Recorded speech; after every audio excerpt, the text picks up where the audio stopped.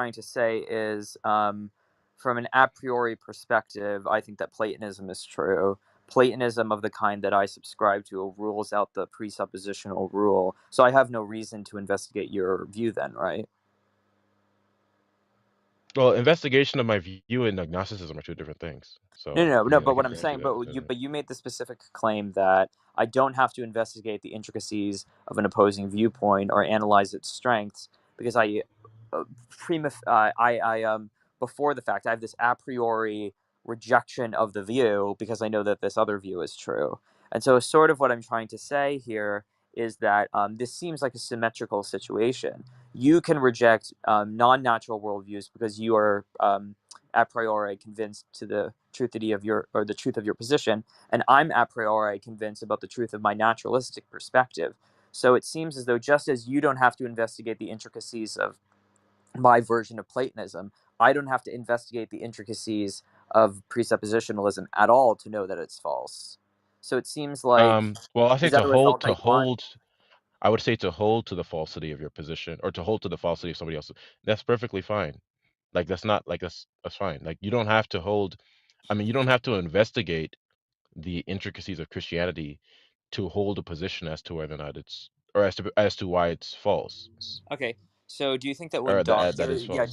when you think that doctors are in the lab and everything, and they're testing alternative types of medications to see which ones are most efficacious, that if the one doctor really thinks that drug A works, they don't have any duty to investigate whether drug B works because they just think that drug A is going to work the best.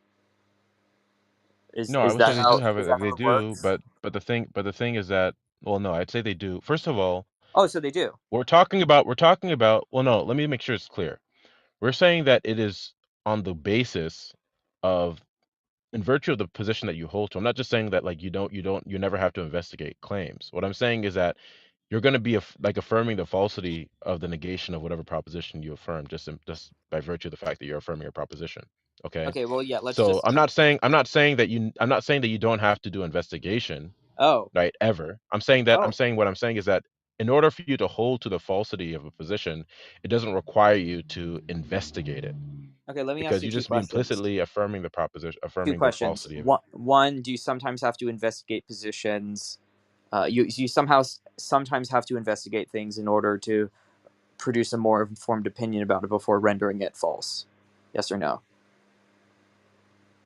Okay, I think you're asking two different questions. I think you're equivocating a little bit. The first question, or the first issue, is whether or not you can hold to the falsity of a position. The other issue is whether or not you can have an informed position about the falsity of a position. Those are two Yeah. different things. Yeah. Sure. What I'm Okay. what I, Let's all I'm just. talking about right now is just that what you're going to be affirming is just going to entail the falsity of every position that is negating it, whether or Exactly. So not then the why position you study have those is other informed or not. positions? Why study those other positions then? If it entails the falsity of the positions, why study those Because other maybe your positions? because your position may be internally inconsistent. Your position may Oh, be right. So you agree that your like position might it be may have problems. you agree that your position may be internally inconsistent then? My position, Yeah, because you said your my position position is might. not internally. My position is perfectly consistent with itself, and But do you it acknowledge ground. It that it has a could? transcendental grounding. Do you acknowledge that there could be an inconsistency that you don't see? No, Okay, well then, so it's impossible for. Is it logically impossible for you to be wrong? about the God's existence, yes. Okay, so if it's logically impossible for you to be wrong, you don't need to countenance any arguments to the contrary. Then what's the point in discussing it with people that hold very serious positions, academic positions, if I might say, that run counter to your claims? And not only do those academic positions have self-sufficiency, but those people also understand your view and find the Well, that's a claims loaded want. question. That's a And loaded so, question. well, I mean, it's a question. It's a loaded question because I think I know. I think there's a right answer here. Well, no, I wouldn't say that their position is self-sufficient. No, definitely not. Well, Not the how do you know if positions you've that never deny God's investigated it? You worldview. admitted you never Because I investigated modal realism. How because could I you hold that possibly know? God's essential properties are transcendentally necessary for knowledge, intelligibility, and rationality, etc. Okay, And so so what you're if saying they is hold to that a without position, investigating any other view that runs against your position, you could immediately, without studying it, know that it's false. Yes, like for example, the Christian God. I don't have to study like this is not even like complicated, right? You can study, you can have a position on something and not have studied the other positions, right? I think you're equivocating again. No, I'm Now talking about I'm talking about epistemic. Okay. I both hold to the falsity, and I also hold to it. I have an informed opinion about it, right? Yeah, There's for also, sure. you know, I've investigated this, of course. I've studied this, I've researched it, um, and so that's gets given strength to what I already know. Yeah. But So yeah, just I mean, going like back this to is what I'm sort of asking, what going back to what I'm asking. Look, I think that what the issue is I'll just lay it out instead of doing it dialectically because it will be a little bit more quick. I think that, and this has been born again and again in the empirical data, that people, when they acquaint themselves with views that are different from their own, there is a veritable tendency to potentially alter positions accordingly. And I guess I would just encourage you in your various endeavors to take a look at some things, like some books that might disagree with you, because I think that that'd be beneficial not only for you, because I don't want to necessarily say that you want to go to the other side, but it would help strengthen your arguments. And so before casting away well, you sort of haven't given a rebuttal. You haven't given a rebuttal to my not for my argument that you can't be neutral. You haven't given a rebuttal for that. I mean, all you've said is that, I mean, you might find it counterintuitive. That's all. That's the only defense you've really given. uh by rebuttal, are you asking for something that ends in a contradiction?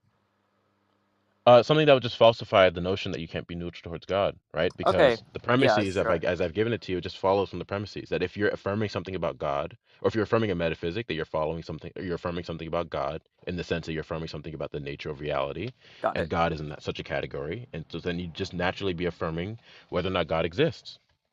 You're going Yeah, to be affirming sure. facts either with or without dependence upon God.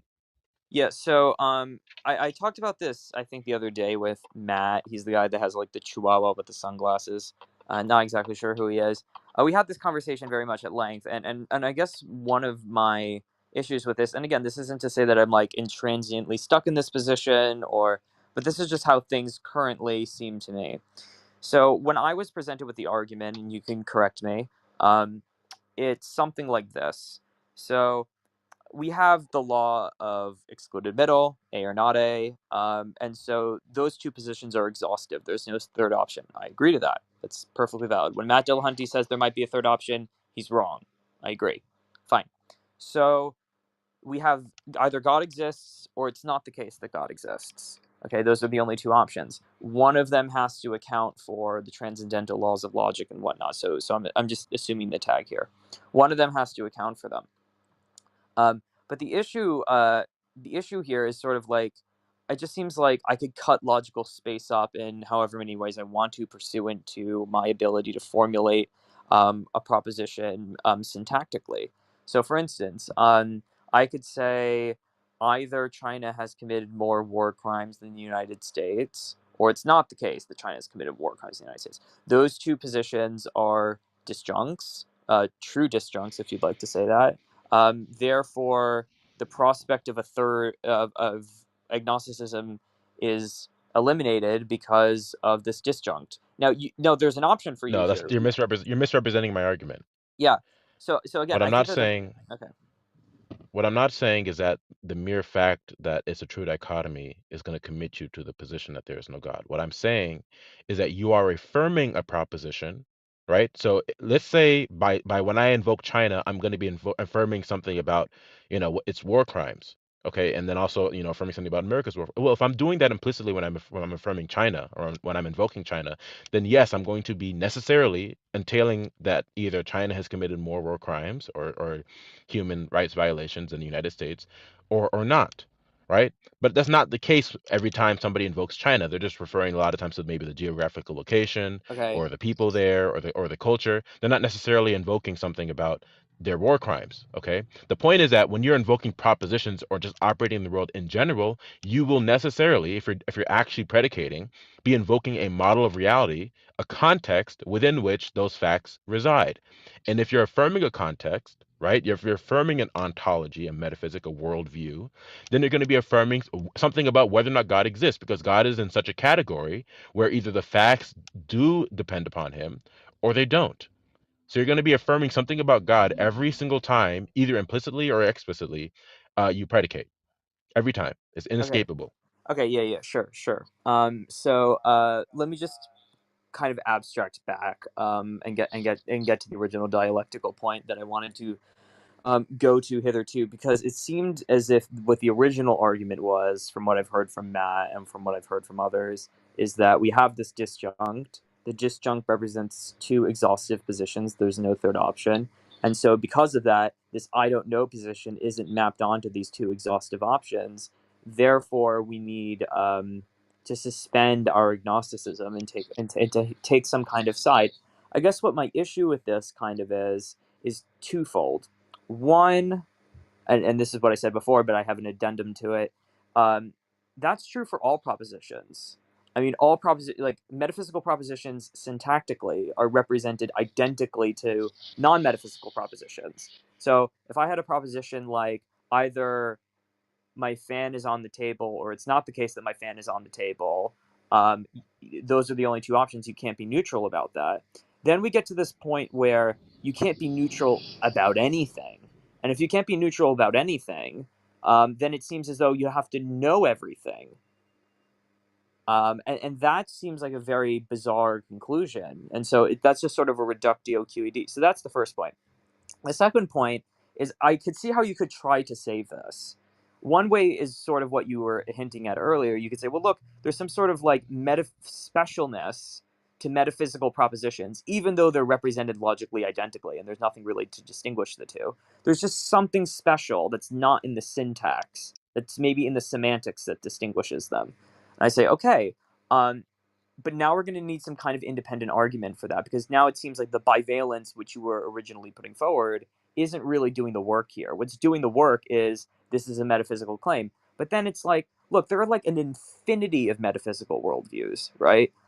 And to say that I prima facie know the truth or falsity of every single one of them before even lifting up a single page to study them just seems to like violate your duties as an epistemically responsible agent to do a genuine investigation of all the views that are available and then to make an assessment accordingly. You can be very persuaded by a particular argument and then find another book and then be like, wow, I was wrong in that point. And it's that kind of intellectual and epistemic development that is a desideratum if you're interested in, I think, in pursuing the truth. Okay, well, I think you're misrepresenting me and equivocating just a little bit. So moving backwards to forward, okay, what you just said about knowing that God exists and that everyone would have to know, these propositions, and also about the fact that there are, um, innumerable metaphysical positions. So, first of all, I didn't use the term knowledge here because I don't believe, for example, that atheists know that there is no God. I don't believe they have justification even Oh, for believing that. So I'm not going to classify it as knowledge. What I'm classifying it as is as the proposition that they affirm is going to entail something about whether or not God exists. So by that, that's what I'm saying. There's no neutrality here, that they're going to have to affirm a proposition as to whether or not God exists. Knowledge is not a relevant factor in this discussion at this point. okay. Um, Let me just dialectically get at that. So agnosticism is the admittance that the person doesn't possess knowledge, right? it's just yeah, but I'm not like Yes. so Okay. Fine. Fine. the way Yeah. I verbalize well, so like, that's how so agnosticism when it was originally coined, it was By as Huxley. like for knowledge and belief, right? Yeah, by Huxley, right? Um, and so what I'm talking about, I'm just verbalizing agnosticism as a position of neutrality, that they're neither affirming nor denying the proposition, right? So justification here at this point, I'm not really referring to justification. Um, that's just how I'm using the word agnosticism, just to refer to the fact that they're neutral. Okay. So they're neutral. So they don't have knowledge about the particular subject in question. No, no, So no, so not knowledge. I'm just saying that they don't have their beliefs don't entail something. No, no. So what I'm basically saying is that before what you were saying was, look, here's this disjunct. Either God exists or God doesn't exist. You can't be neutral about this, which means that you have to either affirm to the proposition that God doesn't exist or you affirm to the proposition that God does exist. And those both seem to entail some kind of knowledge claim. Like I know that God exists or I don't know. Unless you want to say that they can with like suspend judgment and say that they don't know, in which case Well, no, agnosticism would be affirmed. Well, no, I actually no. So the thing is that I believe that atheists are arbitrary in the reasoning. So I'm not going to classify their belief as knowledge, right? I'm not going to classify their beliefs as some sort of justified reasoning that's like non-arbitrary or non-motivated, right? I think that their belief in the not God worldview is out of motivated reasoning and their desire to rebel against God. So I'm not going Okay, to but just classify their because belief it's, as I mean, just justified. because I mean, wouldn't it just be the genetic fallacy though to say that because someone's reason is motivating, the reasoning is false? No. That's not what I'm saying. I'm saying that they're not justified. I'm not going to classify it as some sort of justified true Okay, belief. yeah. Well, I I'm mean, saying that that would their still reasoning be is that would be arbitrary. still be a genetic fallacy. Just because motivated, the reason is motivated, it's irrational. I mean, where's the valid rules of inference that get you to that point? I mean, for instance, let me give you an example. The prosecutor, for instance, let's say so. This is Sedgwick's prosecutor, classic example. The prosecutor is motivated to criminalize the person because he just doesn't like the look of their face or something like that. Okay, but he has bad reasons for doing it, but nonetheless, his arguments are absolutely impeccable, and the jury finds them convincing, and they convict the person. The person actually happened to be guilty. So, is what you're saying No. that That's not what because that's not what I'm saying. they had motivated reasons, his arguments were irrational?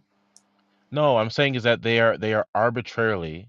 So the first thing I said was that they're being arbitrary, right? So for the same reasons that they would reject God, it would be the exact same reasons why they'd have to reject their own position, right? So then what they're left with is that they just arbitrarily picking, and because they don't want God to exist at that point, the not God position. They don't want to be held accountable to God. That's what I'm Uh, saying. Okay, Okay, so maybe they there's have miscommunication, but motivated that's what I was. reasons, and what's the next step? They have motivated reasons, and that's bad because Well, their motivated reasoning is born out of the fact that they don't have a reason for their own atheism, and so they just choose atheism because they want to. It's not because they have a reason is that that would be true for all consistent. atheists? Is that true for all atheists? Yeah. Well, I mean, definitely Graham all the ones Oppie? I've talked to, but yes, Graham Oppie. Have you talked yes, to Graham yeah. Oppie?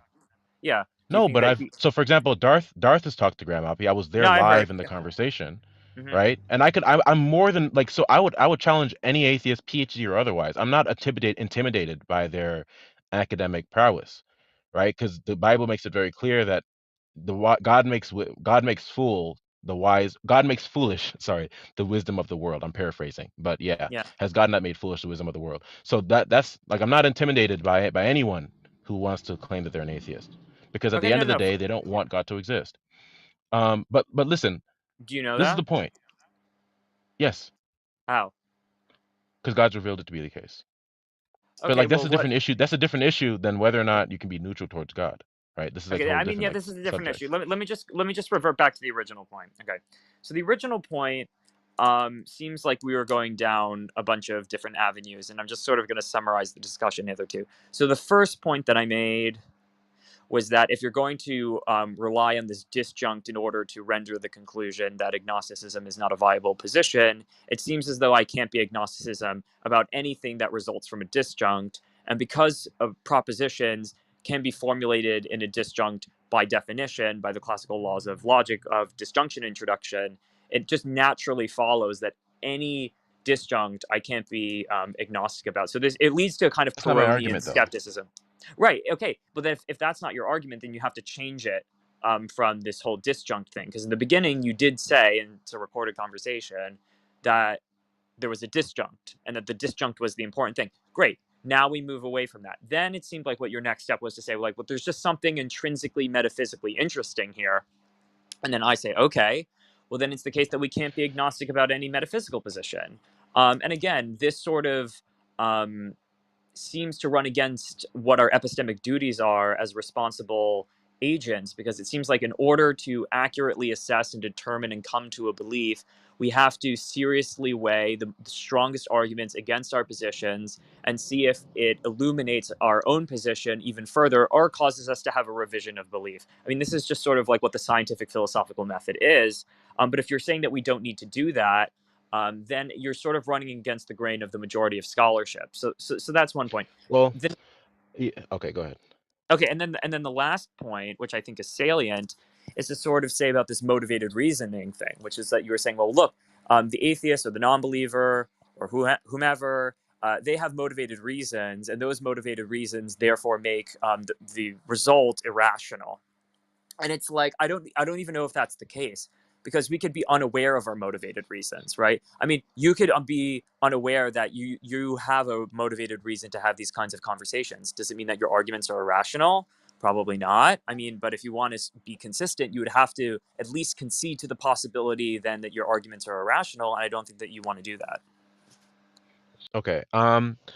So I might have misunderstood what you were asking me, like the last time we were talking, but I did make it clear to you, like afterwards, like what I was saying, right? So I wasn't saying that um merely because of the fact that there's a disjunct again, right?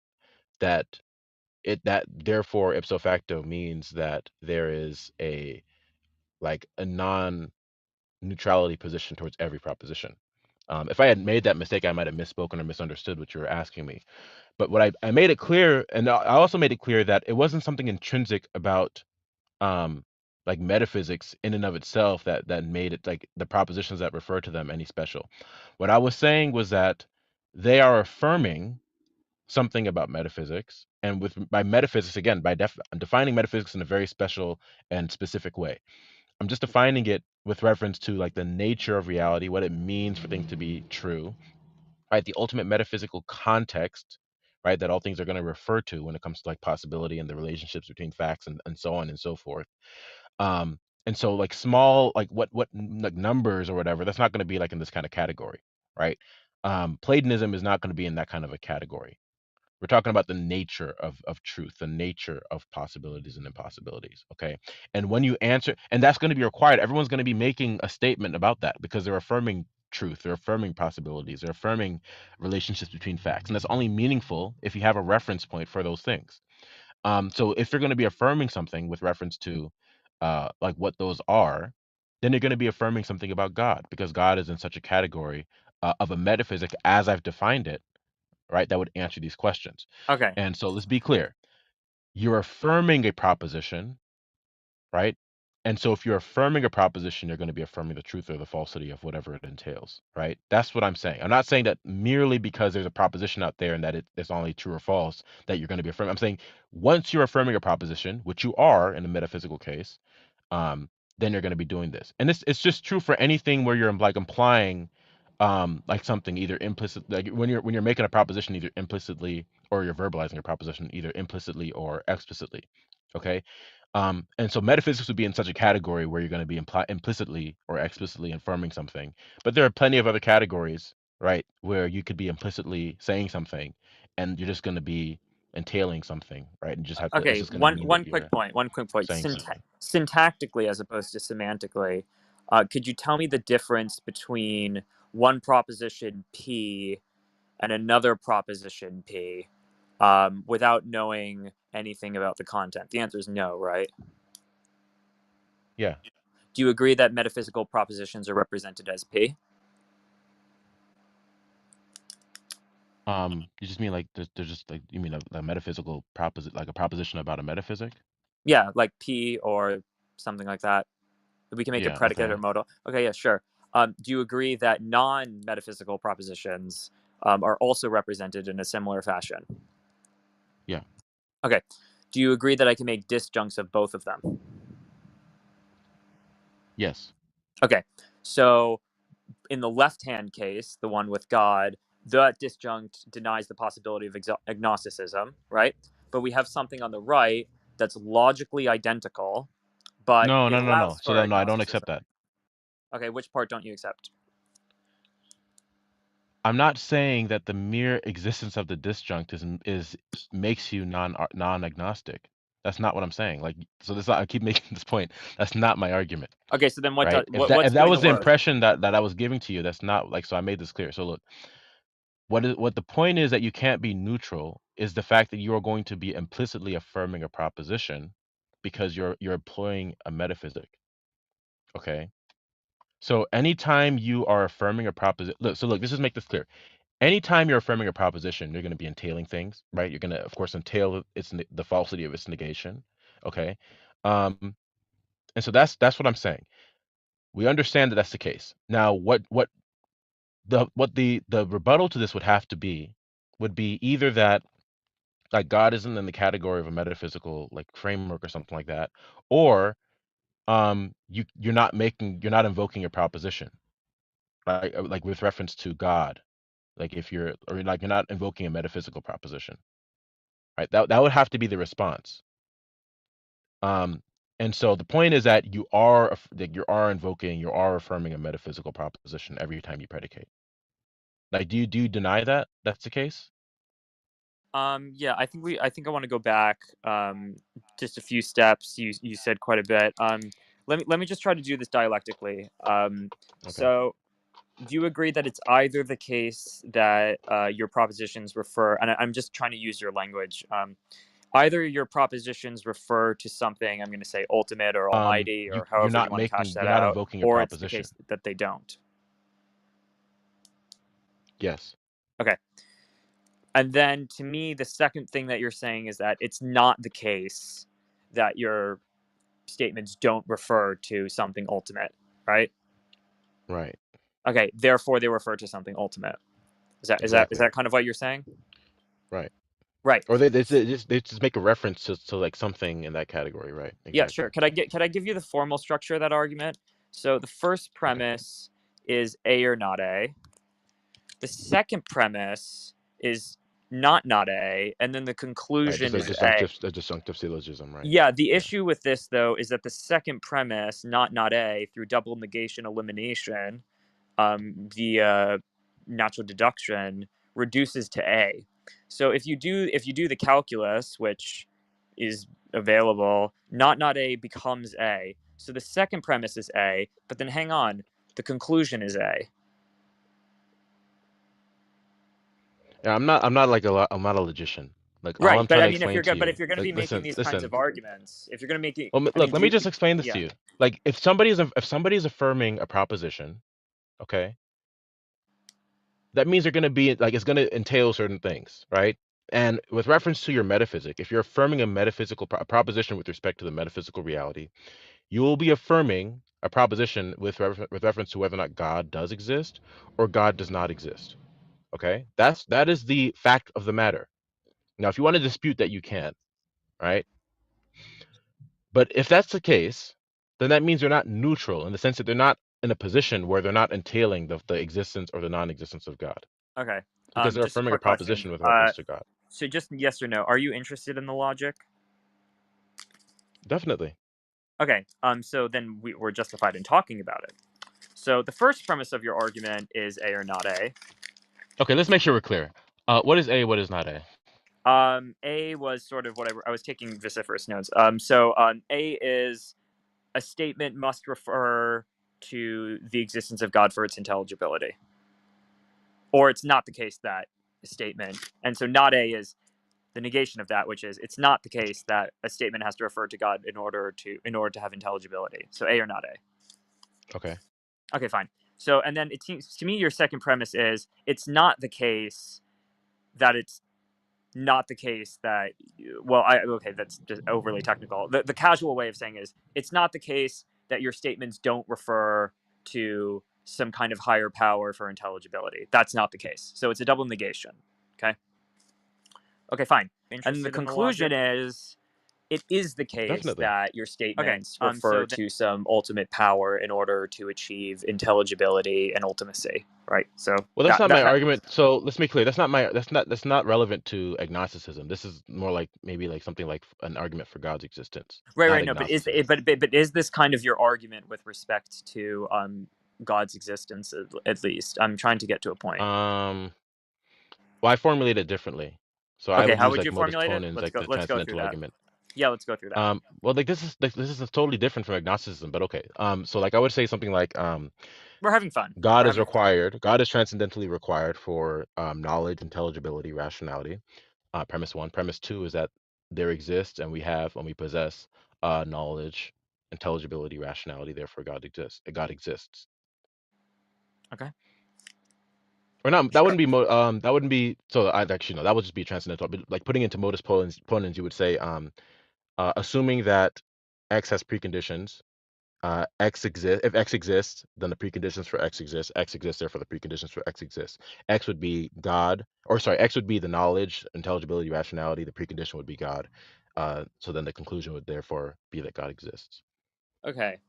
Okay. So just so I'm clear, I understood everything that you just said.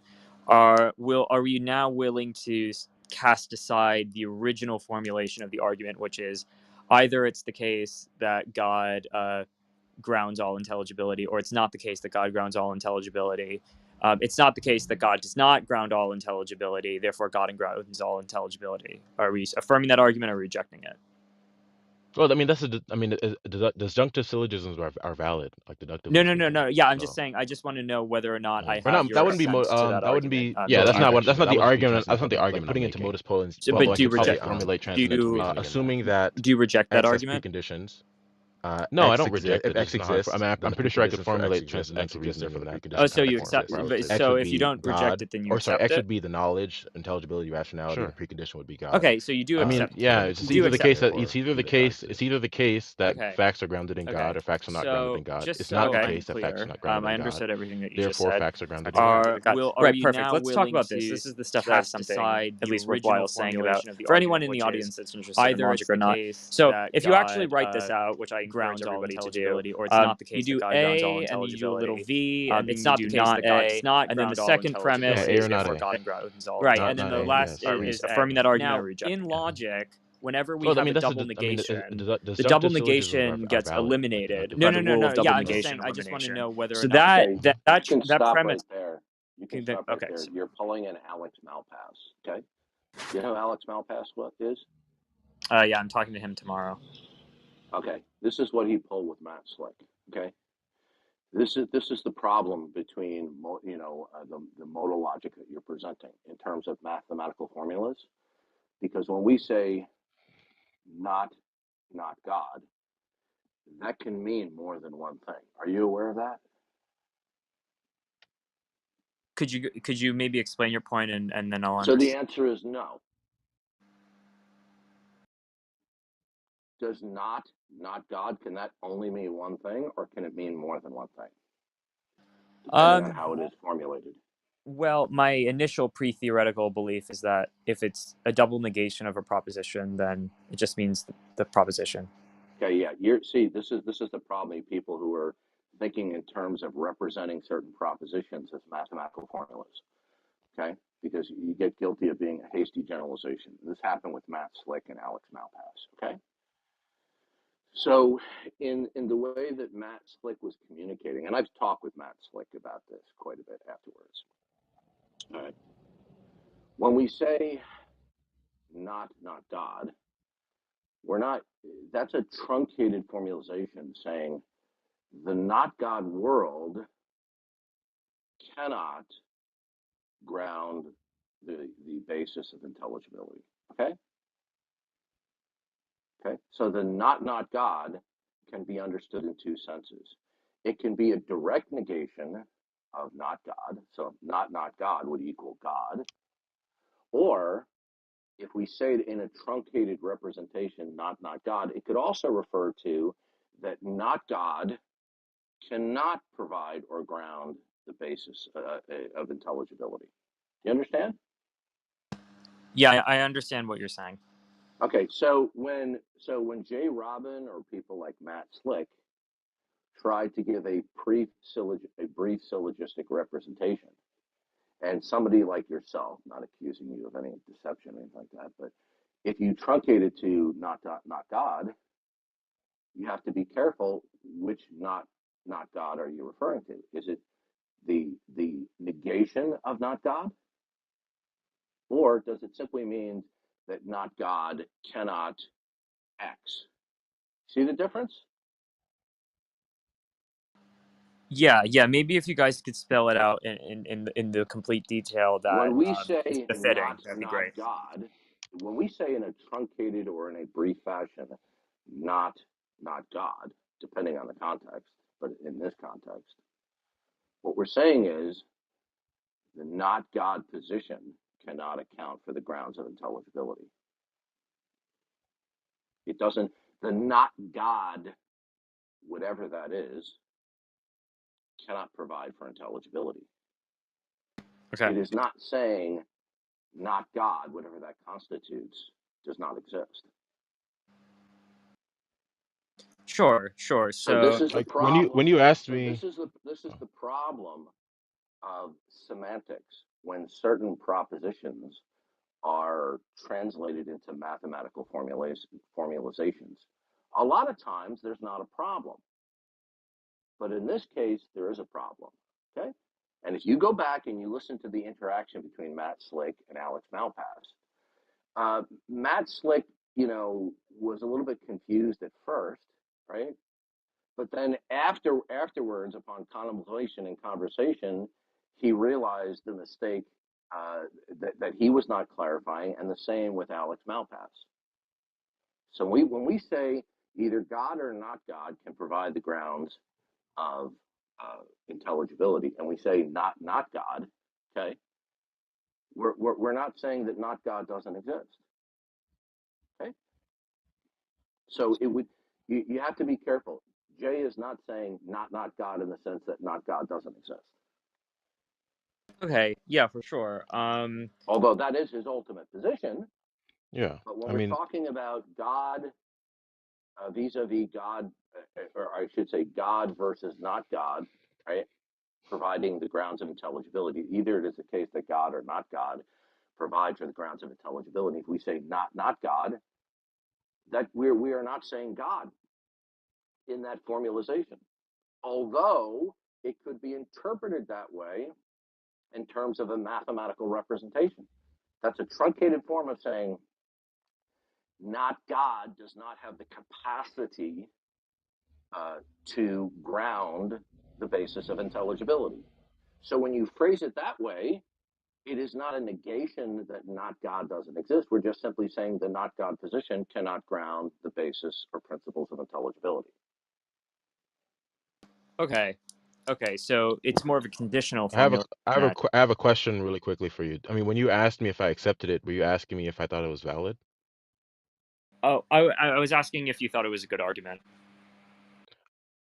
Oh, well, I mean, if you're gonna formulate it in the way where it just says, God exists, therefore God exists, that's why I told you I didn't use the argument. But my understanding was you asked me, at least I was understanding that you were asking me if I thought it was like a valid argument, which of course it is, and you would have to accept that too. But I made it clear to you that I Or didn't. So like maybe you weren't being clear when you were asking me the question, like because yeah, I made it maybe, clear that I maybe. don't use that as an argument. Yeah. So let's try to really pin down then what the argument is. So to me, it sounds like it's conditional in nature. So it's something like if there's a grounding to logic, then that grounding must be God. There is a grounding to logic, therefore God grounds it. Is that right? I'm sorry, you said if there's a grounding to logic, then Oh yeah, God grounds it. or I mean, or you could put P for something else. Like if statements are in fact, if we can make intelligible statements, then God secures that fact. We can make intelligible statements, therefore God secures that fact. Sure, yeah. Okay, so that's sort of more what you're saying. Right, it's just transcendental argumentation. Okay. So we're moving away from the disjunct now. So I guess this is a little bit more clear then. So let's just go through each of the premises, and maybe you could give me just like a quick explication of why you think that. So first premise, I have it written down. Um, if we can make intelligible statements, then God grounds those intelligible statements. Why don't you explain that a little bit? Yeah. So God exists as that which is fundamental, um, ultimate. God is a mind. God is relational. He's revelatory, always truth revealing, omniscient and omnipotent.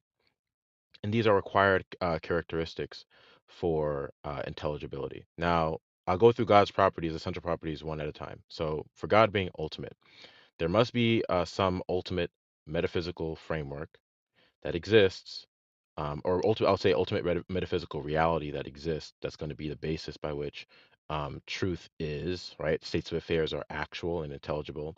And the reason for this is because if it were not the case, then any supposed, and I put this in quotes, happenstance in such a world would be spontaneous without any rhyme or reason or connectivity or correlativity.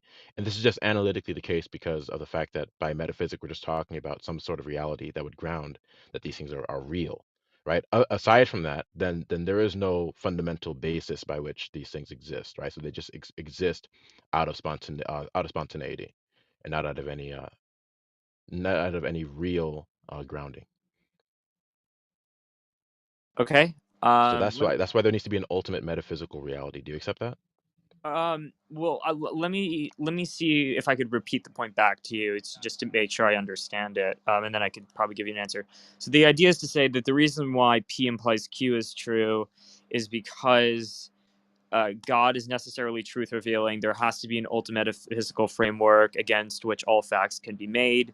God provides that framework, and so his account is both necessary and sufficient. You know why, Roger? Well, Roger, do you know why?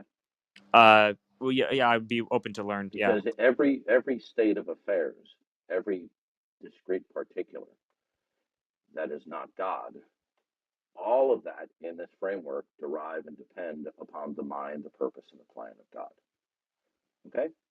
So that is why facts, the only reason why facts have not only actuality but possess intelligibility, because they're derivative and dependent upon the mind and the purpose and the plan of God.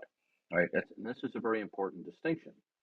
Because sometimes people will just say, oh, well, God's just the creator. But we have to keep in mind that everything is what it is by virtue of the mind of God. Okay?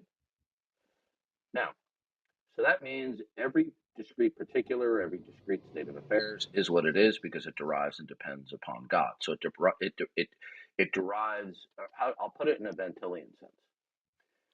God is the first knower. He is the first interpreter because everything is what it is because it starts in his mind, purpose, and plan that he then executes and secures. Now, if you don't accept that for whatever reason, then what is the actuality and accompanying intelligibility? What does it derive and depend upon?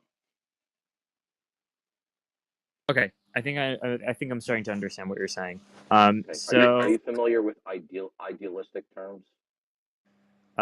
like idealism. Yeah, like an idealism. In idealism, they talk about a abstract universal, a concrete universal. Yeah, for sure. Okay, so from a biblical and Ventilian perspective, God is the concrete universal. He's the all conditioner. Okay, All right. so God not only institutes the particulars, whatever correlativeness, unity, categoricness that any particulars share or possess in actuality, they derive and depend upon the mind of God.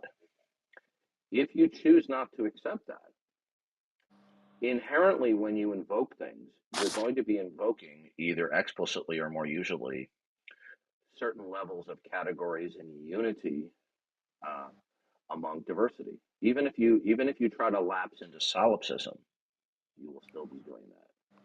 So the question is, when you choose not to accept God and that he has revealed himself, that he is the all conditioner, that he is the concrete universal, he's the supreme being, the creator, he institutes all the particulars and imposes whatever actual unity there actually is, right? Then where do you get any unity among anything? Where's that come from? Oh, are you asking me? Yeah. Okay. Again, I don't necessarily have firm views on this topic, but if we're going to discuss the Of course you do. You have a view right now that it is not necessary to reference the necessity of God when you invoke facts. okay, yeah. That is your position. Yeah, I suppose Because so. if it wasn't your position, then your position would be that it is necessary. Your predications, propositions, putative facts will either be invoked with reference to the necessity of God or without. And if you choose specifically not to adopt that your predications, propositions necessitate referencing the necessity of God, even implicitly, you are staking out a position in spite of the fact that you're claiming you're not. Okay. Yeah. So. Okay. So this is a question I asked Dr. Graham Oppy, fairly famous atheist author. Are you familiar with him? Yes. Yes. Okay. So he tried to do his, routine. And he's a cordial guy. I like him, but I was disappointed that he was so evasive and wanted to get rid of me because I wasn't rude or acting unbecomingly. He tried to say that naturalism, which is his version of atheism, is to be accepted because it's apparent, whereas God is not. And by implication, he was saying that naturalism, or just the world around him, just all the stuff around him, just simply is and possesses intelligibility. So I asked him the same question I'm asking you. Well, intelligibility is going to require that there are any of levels of unity among diversity when you start talking about things. Even if you just talk about your own consciousness from one moment to the next, or from one time to another. So I asked Graham Oppy, where do you get unity among diversity in your quote naturalistic world, without which you won't be able to invoke that the natural world is intelligible? You want to know what his brilliant answer was? He said, "Oh, I see books on my shelf." And then he proceeded to get rid of me because he knew he couldn't ground the actuality and the basis of unity among diversity other than the fact that he believed it. So when Okay. you purposely refuse to acknowledge that God is, by virtue that he's revealed himself, you are implicitly claiming, whether you realize it or not, that you can speak intelligibly about your world, right? Because there's unity among diversity. Well, where's the unity come from? Since God is not the concrete universal, the all conditioner, what is it that imposes and sustains any unity among diversity? Right. So if you wanted my answer on this, I suppose that, again, my Platonic leanings are going to come through, but I suppose that if we're talking about the problem of the many and the one, the idea is to say that that unifying force that coheres a series of discrete elements together into some kind of unified whole would be these ideas of Platonic forms. They participate in this general form, and then that form instantiates itself into reality. I'm not hearing a clear answer to my question. Is there something that is fundamental and ultimate that The forms, institutes and secures unity among diversity? abstract objects. Abstract objects don't stand in causal relations. Yeah, no, What does the number three cause anything? no, it doesn't. Good. Abstract objects don't stand in causal relations. So when you reason in your mind, either explicitly or implicitly, that God is not necessary, then there must be something else conceptually that is necessary, that provides the unity among the diversity of your existence, including your conceptualization of yourself from one time index to another, such as that there's identity over time. Even identity over time is an invocation of unity among diversity. So what is it then, since God is unworthy of your belief, in your view, what is it that institutes and secures unity among diversity? Platonic objects. We just went over that.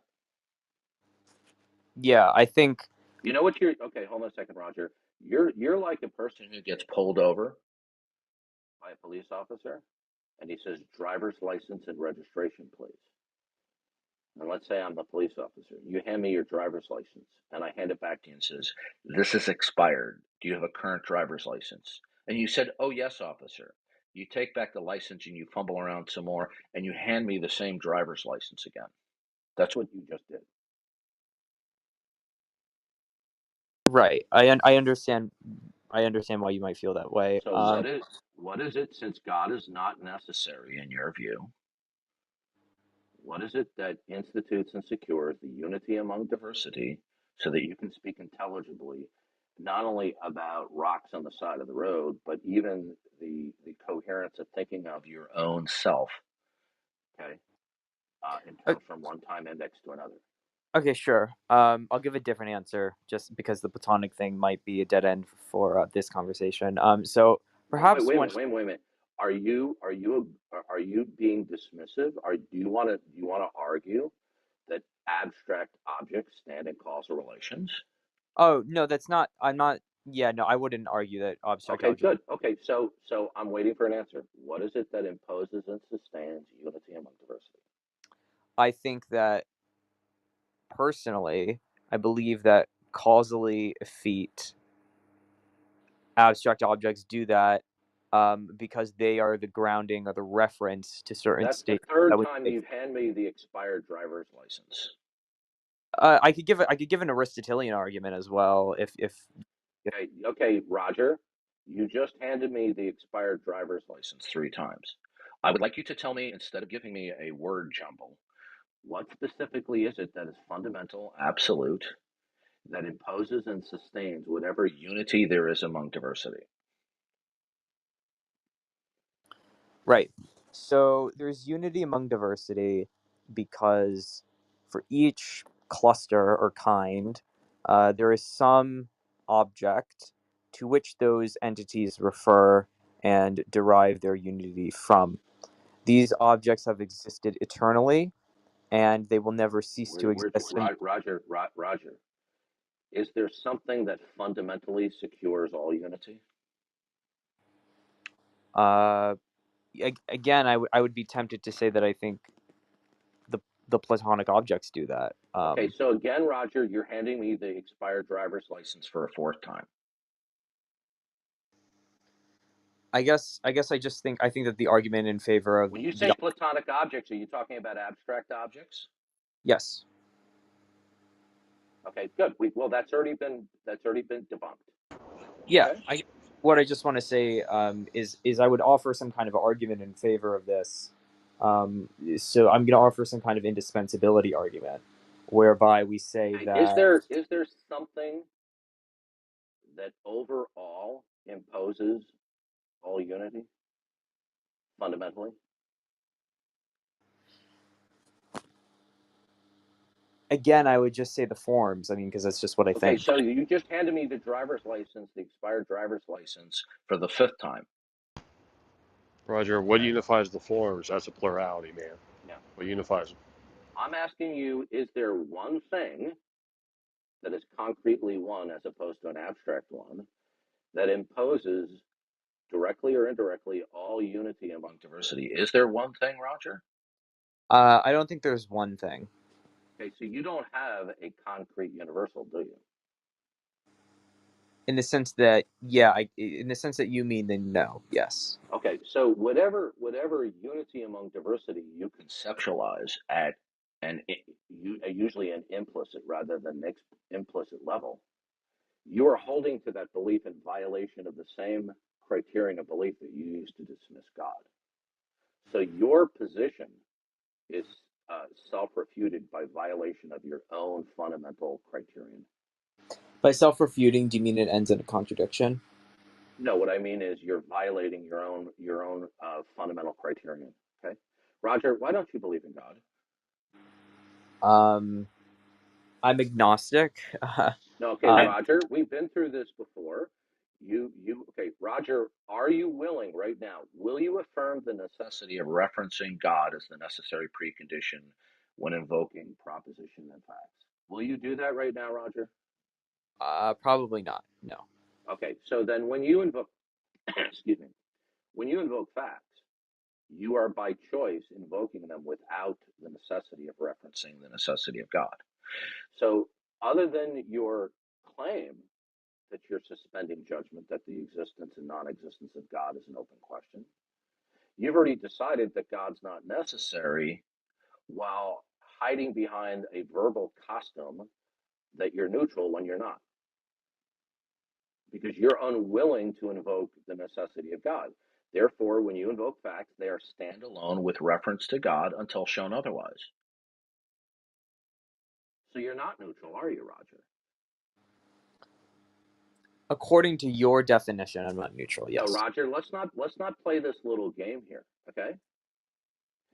Either you will affirm or you will deny the existence of God, or you can make a pretense that you have suspended judgment, right?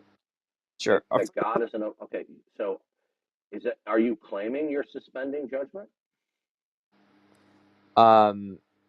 Generally speaking, yes. Okay, let's examine that claim. Okay. Now, Okay.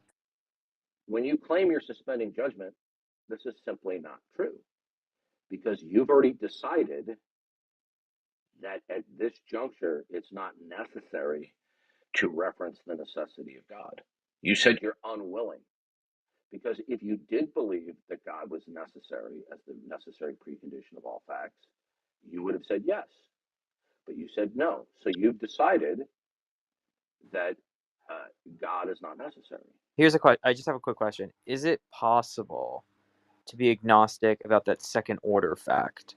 So the second order fact being, I'm not sure whether or not you need to refer to the necessity of God in order to do things. I'm just not sure You that's the cannot be neutral about God in spite of the widespread popularity that people claim.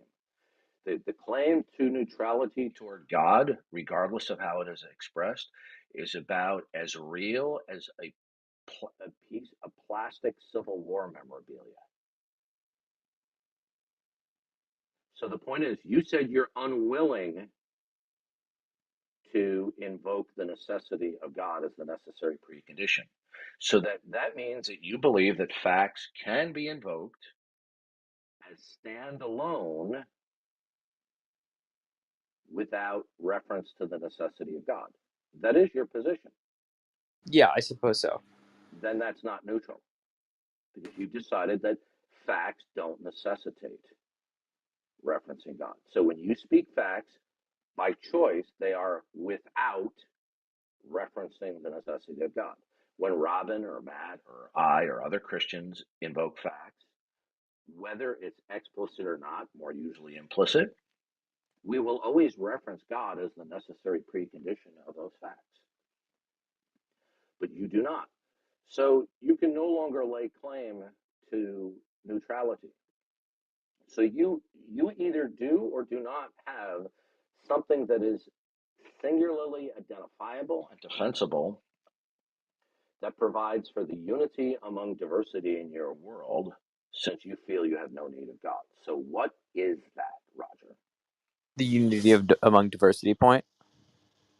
What is it then is the concrete universal? Since God is unworthy of your belief, okay, until shown otherwise, are you violating? Okay, so in one sentence, you do not believe in God because. Oh, I don't not believe in God. I'm agnostic. Oh, so you do believe. Okay, so again, you're handing me a driver's license that's expired. We've already covered the ground that agnosticism is an illegitimate claim to neutrality. I mean, I think I have some arguments in favor of agnosticism. Okay, Roger. When you invoke facts, do you invoke them standalone with reference to God? By I don't. standalone I means they don't. don't necessitate. I don't think I refer to God when I Okay, refer good. to that. Okay, so you haven't. So you're not neutral. You've decided that facts can be invoked, and they exist for whatever reason. Okay, whether in themselves or in virtue of ultimately something else, as long as it's not God. So you're not neutral, Roger. You claim you're Right. neutral, but you're not. Yeah. I guess the Okay, way. I mean. so Roger, Roger, your position is that God is not needed. Yeah. Okay, so Roger, when somebody believes or invokes that God is not needed, God is not necessary, that is the same thing as saying God doesn't exist. Could I just say something quickly? I think that with respect to global versus local atheism, I'm the kind of atheism that I'm sort of being pinned to, or agnosticism, as I'm agnostic about. Like, sure, I'll completely concede to your point that by rejecting the necessity of referring to God, yada yada yada, that I'm rejecting that God and whatnot, right? But I think that there are multiple other gods that could potentially exist, and so just because I reject this God doesn't mean I don't want to then say I reject all gods When you say simplistically. multiple other gods, do you mean that where each and every god is characterized as being ultimate? Or do you mean that there are gods that are just simply creatures that have greater powers to manipulate reality than human beings? Yeah, what I mean is that global atheism seems to claim that all potential gods do not exist, irrespective of Okay, their qualities. Roger, That I Roger, reject. Roger, Roger. In one simple sentence, you do not believe in God because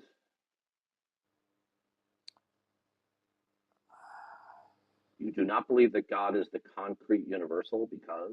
Okay, that question I can answer. I don't think that God is the concrete universal because I believe Platonism is a more viable theory.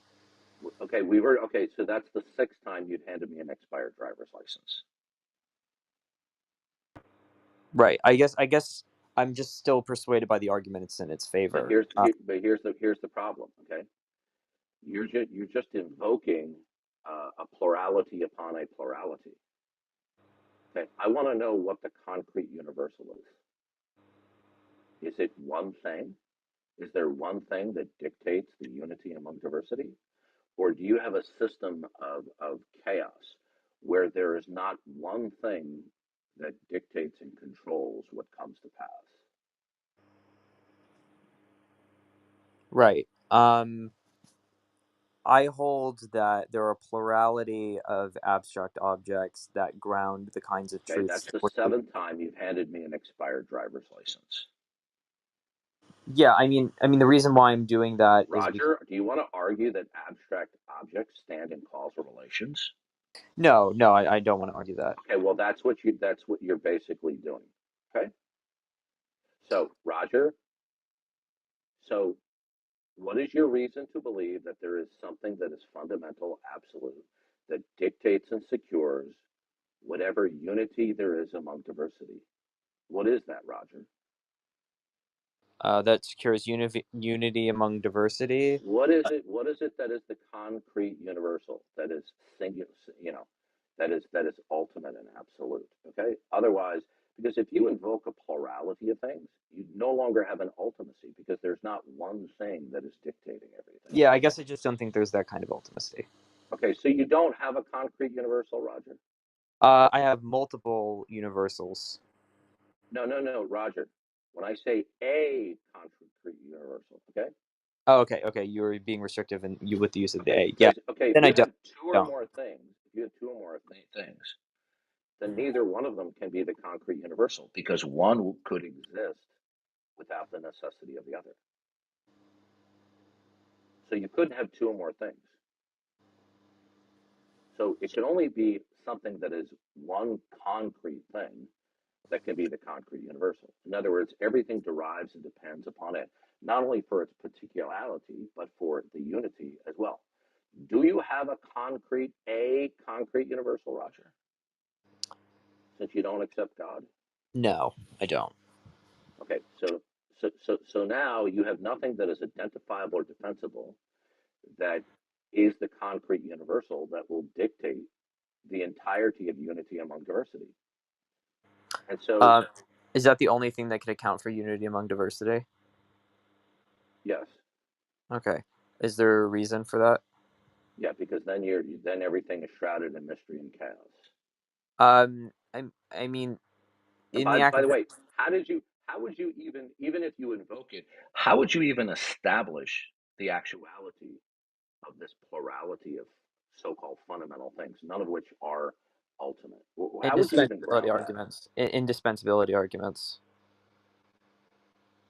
No, that you would just simply being it wouldn't make it necessarily true when you say indispensably arguments. Well, How no, how is it indispensable? Okay, well, would it so be dispensable yeah. if God exists? So with respect to the indispensability Would arguments, it the be reason dispensable if God exists? Would what be dispensable? The dispensability arguments. Could we dispense with that if God exists? Mm, The answer is I yes. think God. I think God would be another indispensable entity. No. I, Roger, we're talking about God as ultimate. yeah, for sure. So Roger, when you just say through an indispensability argument, right? You're just giving me a word jumble there. You're not really clearly communicating. So Okay. you believe that there is a plurality of things, two or more things, that exist each and of themselves. Therefore, A does not cause or maintain B, and likewise B does not cause or sustain B. So there are two or more things that exist that everything flows from. So there's nothing completely in control.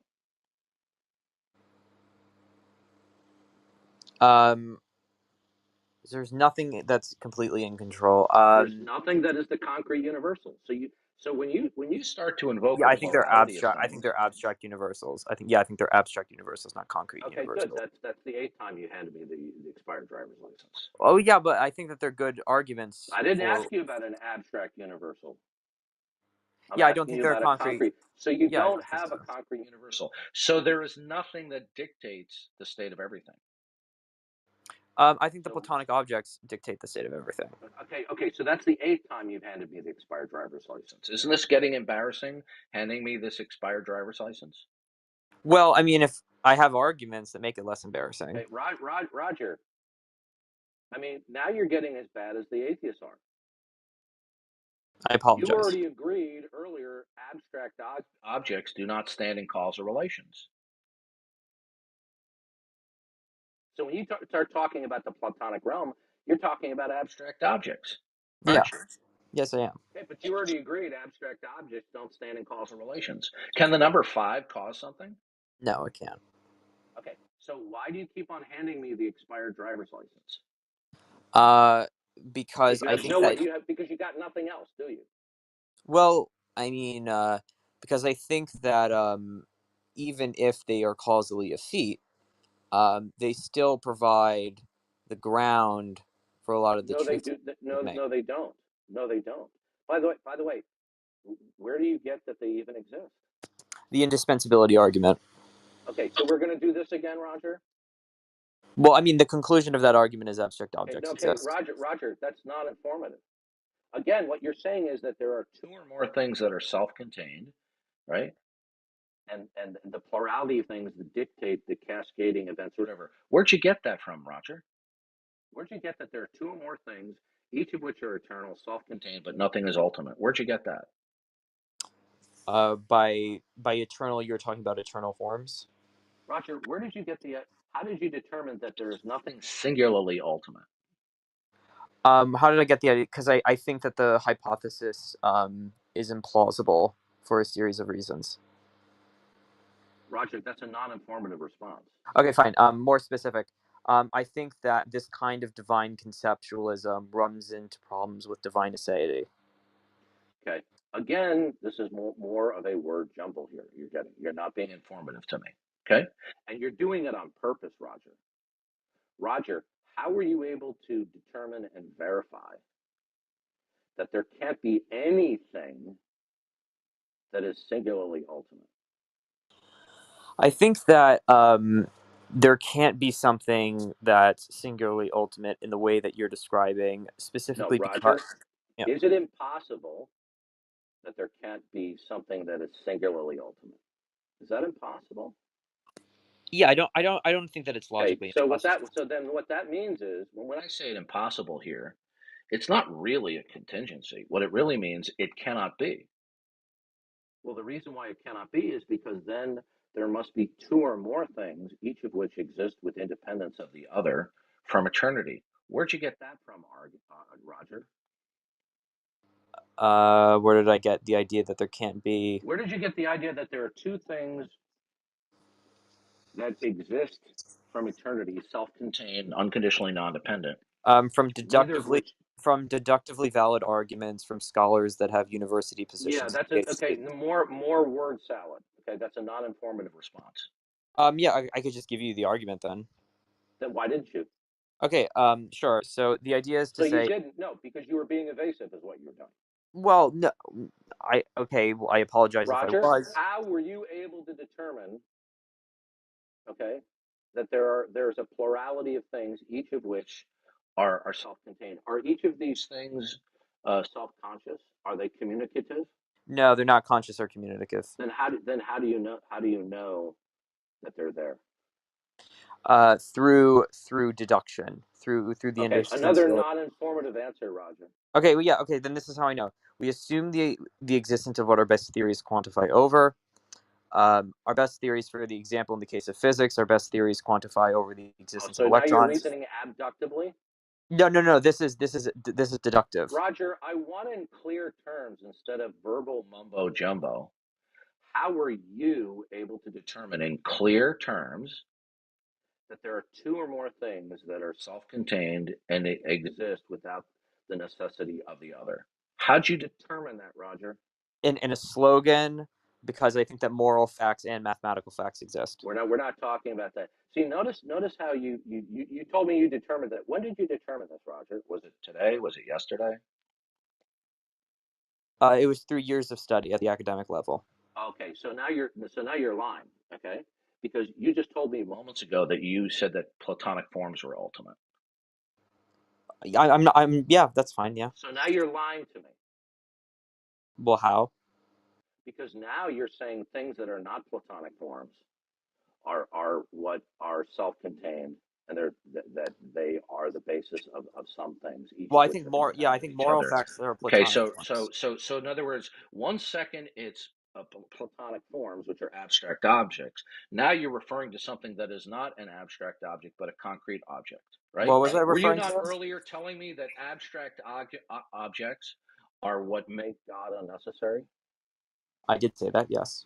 Okay, but now you're telling me years ago you decided that there were two or more concrete objects that were dictating everything. Did you just say that? Is my mic still on? Yeah. Okay, so I you're said. lying. So you're lying to me, Roger. Well, no, not really. I'm trying to represent myself as. Roger, you can't have your cake and eat it too. You're telling me right now, years ago, you determined that there are two or more concrete objects that dictate everything, including unity among diversity. But earlier, you told me that what was ultimate are Platonic forms, abstract objects. But now you're telling me it's concrete objects that are what dictate everything. I don't think I ever said concrete object dictated Okay, anything. goodbye, Roger. See you later. Okay. Back to the audience you go. You see, folks, and by the way, I would like you to give your commentary, Matt. See, this is what the unbelievers resort to: deception, evasion, word salad, double talk. Matt, you wanted to comment about his invocation of plural things. Are you there, Matt? Yeah, can you hear me?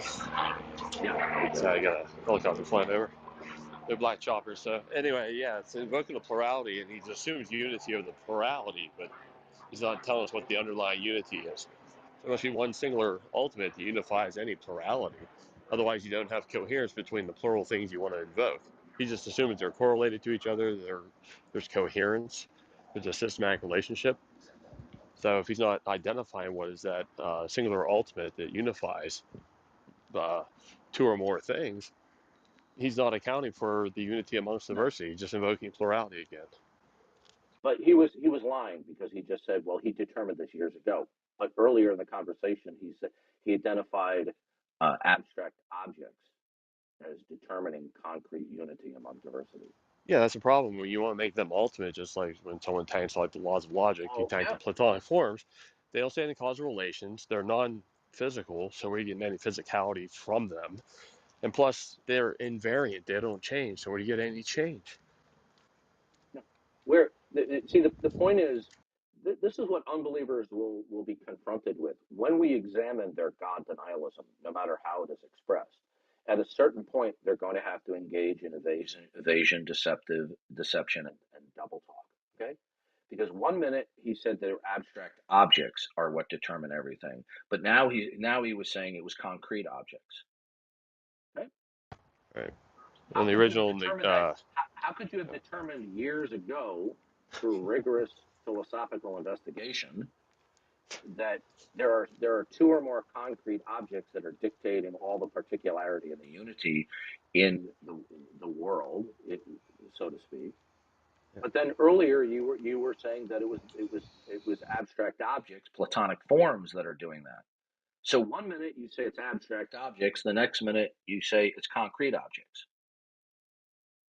And they're abstract objects you haven't unified whatsoever anyway, so you're still not answering the issue. And then back to the disjunct thing again, that's easily answered because all he did was, impasse critique, and I went over this with Roger. I'm not sure why he's bringing it up again. He got clear responses from me on it.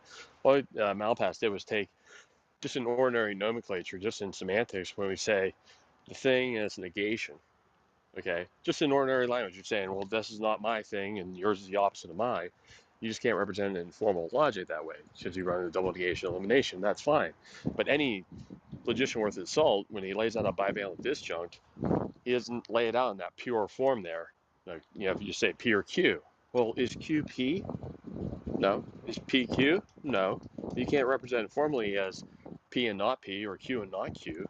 You can't, because they know that you have to negate one of the disjuncts, and if you already have the negation there in the first premise, which is merely a descriptive term, not logical formation. So they're taking the ordinary language descriptor, putting that in the first premise, and then when you actually reduce one of the sides of the disjunct, that's a different negation. So the point is, no logician worth his salt, and nor are we required to put it in that sort of form. Formally, that's all. We don't have to represent it formally that way. So you can just lay it out as P or Q, negate Q, P is validated. Bivalent disjunct. That's fine. So it's an absurd point. It's a moot point for them to keep bringing it up. It's easily clarified within like a few minutes. Hi, folks. I'm a little off subject. I just have a general question, and then I will stay in your way. I was wondering if Darth would be willing at some point to publicly discuss with me instead of this debate.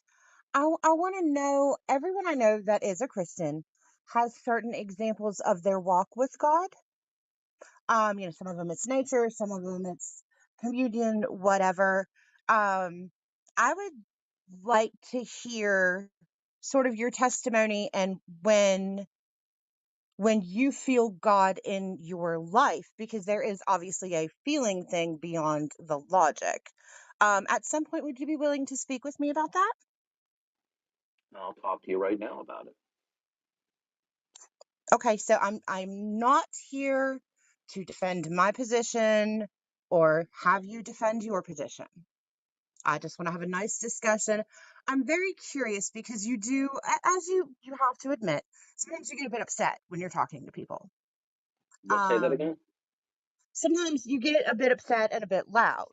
And why is that? Why is that? You disagree, but we're not here to discuss that. No. Okay, for example, Darth, with Roger, okay, did I get indignant with Roger? Darth, I want to hear the good side. Did I? I'm answering. Did I get indignant with Roger? You're asking questions. Okay. See, you're arguing Listen, with if me. you, I'm not even trying. Goodbye. You want to be a bickering little woman? Goodbye. See you later. Okay. Yeah, I do get indignant and angry with certain individuals because they're stepping up to the plate with the unwritten social contract that we will be transparent and truthful, non-deceptive, non-evasive.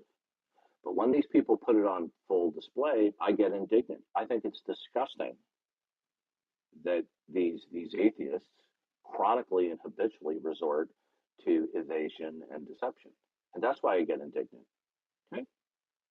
Just like I get indignant is if I stop somebody on the sidewalk and I said, can you tell me what time it is? I have to catch an airplane at 3 o'clock, and it's going to take me 45 minutes to get there. What time is it? And they go, oh, you got plenty of time. It's 12:30. I'm like, oh, great, right? And I walk away. I miss my flight, and I find out that they lied to me. Am I going to be indignant? Yeah, Mhm. As you see, people who do not engage in chronic verbal deception and evasion, I don't get indignant with them. Okay, at a certain point, I'm gonna not have any more patience, and I'll remove them from the audience, like I did Roger. Okay.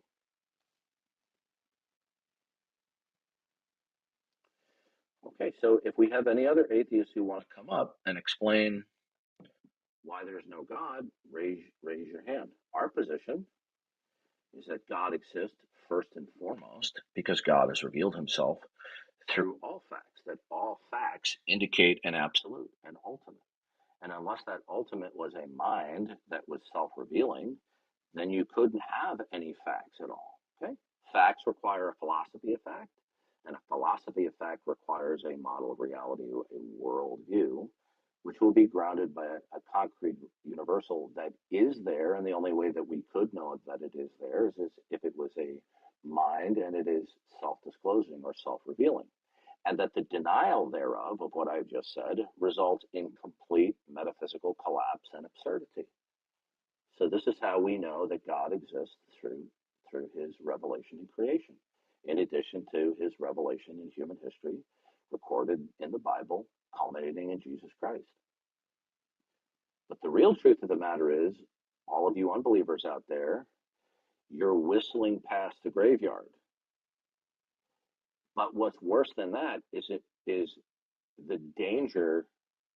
Eternal damnation is not merely illusory, like the teenager or kid walking home from school, where he is having scary thoughts about dead bodies raising from the grave, that it's imaginary. Because the damnation that hangs over your head because you're unrepentant is real, and it's coming. And you're just building up even more wrath for yourself. Because when that day comes and your heart stops and life is short, you're going to have no one to blame but yourself. So all of your rejection of the God revealing himself in creation through human history is incoherent, right? But you don't care, because what matters to you is not coherency. What matters is not reason and truth. What matters is that you preserve your autonomy as opposed to repenting and acknowledging the autonomy of God. Now, if there's any unbelievers that want to come up and explain why the Christian worldview, why God does not exist, you're welcome to come up.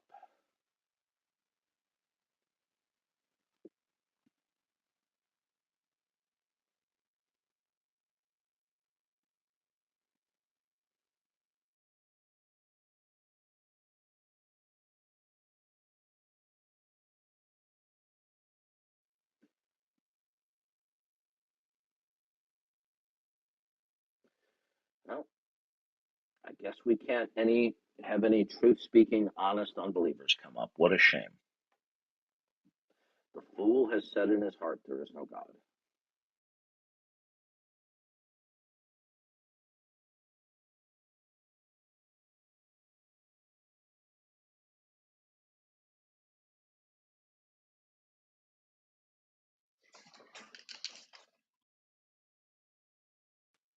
Yeah, you're going to be on a very short leash, Jeff.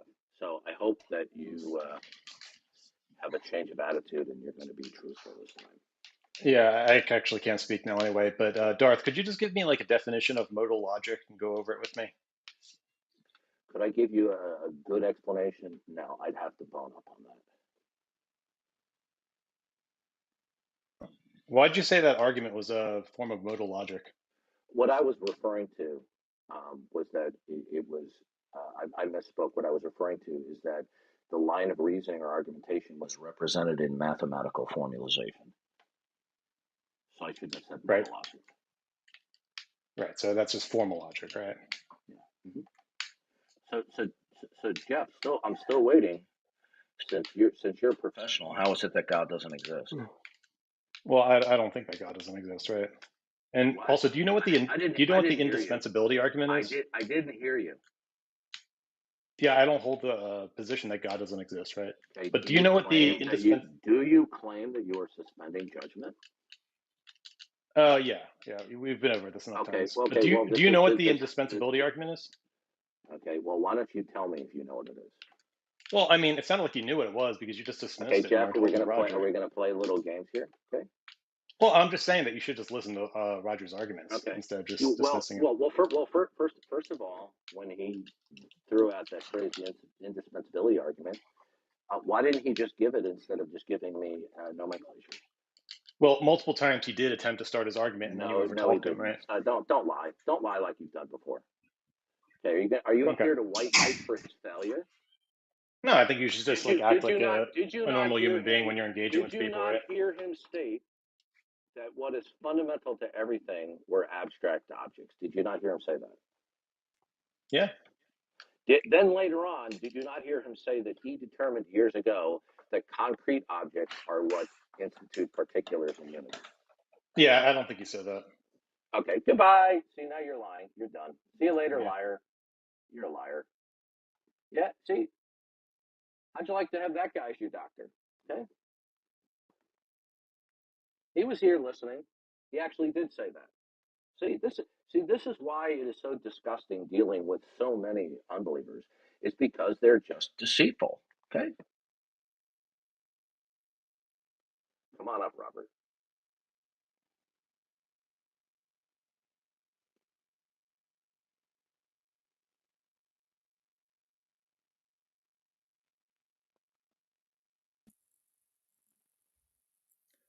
Okay, hopefully you can hear me. This is my first time on. Your microphone is awful. Sorry about that. Can you hear me? Yes, that's a little better. Okay, I'll try and speak a bit louder.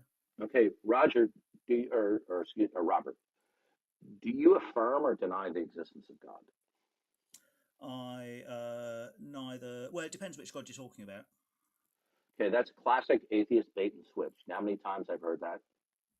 Well, Okay. you said come up and talk about the Christian Roger, worldview. Were you excuse me, I lying? keep on calling you Roger. Okay, Robert, if I ask you whether you believe in the existence of ice cream or not, and you say, well, it depends on what flavor we're talking about, that's foolish. That's a Roger, category error. do you, Roger? Okay, if you're deceitful with me, I'm going to kick you off the stage in a heartbeat. Okay. Now, Roger, when you invoke facts, do you do so with reference to the necessity of God, either explicitly or implicitly? Are you talking to me or Roger? I keep on misspeaking. Robert, you. Okay, I am being honest. You said you wanted people to come and talk about the Christian worldview. You specifically said the Christian worldview. So if that's the God we're talking about, then Okay, Roger, I I don't asked you a believe. question. I'm asking you about what your position is. Okay, if you want My to talk position about is I don't believe Christianity, a God why are you exists. over talking me? Okay, now, do you have a rational basis for that, Roger? If you can't get my name right, why should I talk to you? Okay, Robert, do you have a rational basis for the non-existence of God? My rational basis for not believing in God is that I haven't been presented with any evidence that convinces me that there is a God. So therefore, I believe I'm What is rational the in not believing. Okay, so you believe that the proposition of the not God world is to be accepted as true because its negation, the God world, is unconvincing. I don't believe in a God, so therefore the not God world is my only It's other not option. okay, Roger. I'm looking for confirmation. Is it your position that the proposition that the not God world is true solely on the grounds that the God world you don't have a reason for? My position is I believe in the not God world, or I hold to the not God world. That's my position. Okay. Do you have a reason for that, Roger? Robert, I keep on telling you, Roger. Do you have a reason for that? As I've already said, I don't have a reason to believe in the God world, so therefore I'm forced to believe in the not God world, or to accept the not God world. I don't like believing. I talk about accept. Is it legitimate for me to accept the God world because I don't have a reason to believe in the not God world? Would that make my belief rational? If you genuinely think there are no reasons to accept a non-God world, then I suppose yes, you could say you are rational to believe that. So the affirmation of God and not God are both rationally justified. depending on whatever informs you. I mean, to No, me, no, you might no, as well no. ask me Okay, why look, I are they? breathe Can or they why both I be eat. true, Robert? I Can they? believe in God because I've never believed in God apart from a few years Roger, when I was a Roger, kid. why are you behaving like every atheist does? I'm not It's behaving like every it's atheist does. I'm always just trying to talk to you. the same. Robert, when you believe in a proposition solely on the grounds that the negation of the proposition you don't have a reason for it, that's called an argument to ignorance. Were you aware of that? I am aware of that, but I don't think that's true in this case Okay. because Do you I have may a have okay? I may have misspoken. I don't accept the non-God proposition purely because I don't believe there's a God. Oh, All okay. my Good. What is it experiences, then? everything that science tells us about the world, my first-hand experiences of the world, and my presuppositions about the laws of logic and the uniformity of Science nature, science all can't tell you tell anything about me the laws that of the logic. non-God world is Yeah, correct. this is just rhetoric. This is just giving me a mini community college lecture. Making an appeal to science shows your inability to really grasp the philosophical issue. Okay, I'm this not a is philosopher. amateur. Okay. Well, this is extremely amateurish. Okay. Now, I'm not a philosopher. what is the I'm an amateur. rational? What is I'm hoping What to is go the to the rash? Olympics, so I'm Roger, keeping my please amateur stop over status. talking me. Roger, my patience with you is growing then. Okay. Good morning, Roger. What is your rationale, which is not an appeal to ignorance, the fallacy of appealing to ignorance, that the not God world is true? The not God world is true because the Bible contradicts the not God world, so therefore the Bible and the God world can't be That's true. a non sequitur. Okay. No, it's not. Let me explain something to you. Okay. If a particular religious text is problematic, okay, it doesn't follow from that what is fundamental to everything is an eternal mind. Your position is that there is no eternal mind, which is the source and basis of everything that is not itself. Okay? So invoking the Bible doesn't get you to atheism. Are we clear? My position is not that there isn't an eternal mind, I just don't believe that there is one. Okay. So you believe it without a rationality? I don't believe in it with a rationality. Okay. Do you believe in the not God world without a rational justification? No, I accept the non-God world because everything in my experience tells me that the non-God world is the correct one. Okay, that's a non-informative response. How That's did the you best you're going to get, determine that? sunshine. How did you determine that all the facts that you're acquainted with universally do not stand in any causal relations whatsoever with God?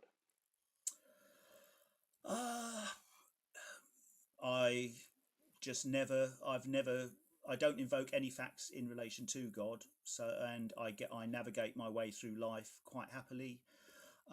So therefore, I'm seen quite justified in accepting that no facts reference God. Okay, Roger, I wasn't born yesterday. Robert. Okay, excuse me. I can't. I don't know why I keep doing that. I could Maybe suggest anything. I didn't get enough sleep last night. So Robert, my apologies for calling you Roger. Okay, Robert, you didn't answer the question.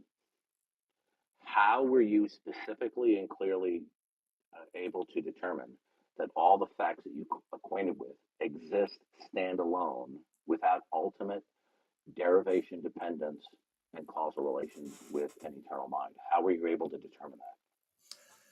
The only answer I can give you, and therefore it's the last time I will say it, is that I haven't been given a reason to assume that any facts act in relation to God.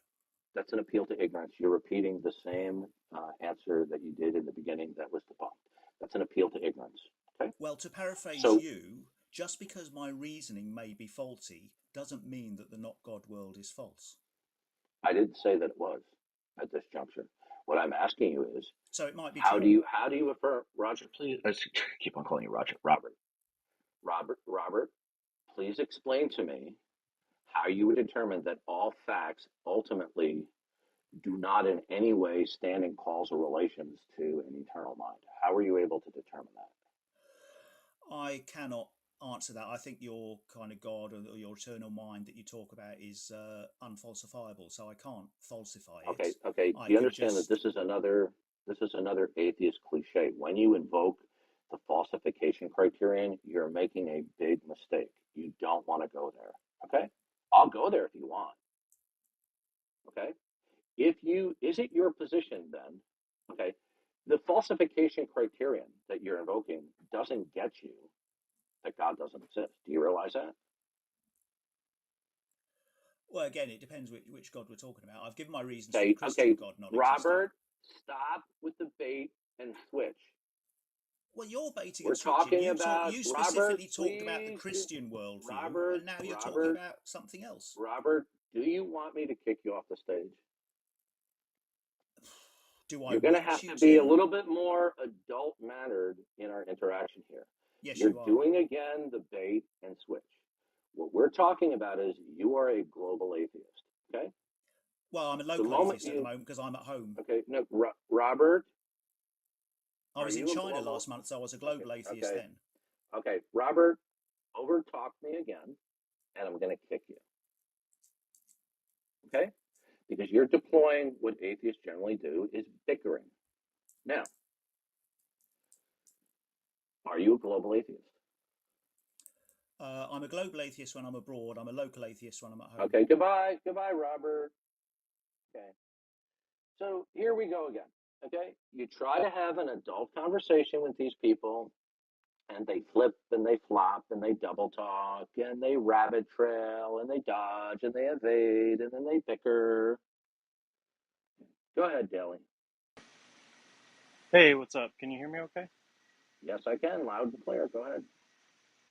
Before I give my argument, I just wanted to make a quick clarification.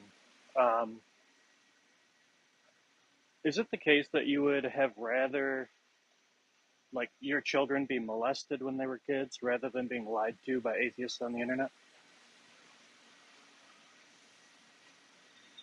Did you hear my question? I'm sorry, my mic was muted. Yeah, again, what prompted that question?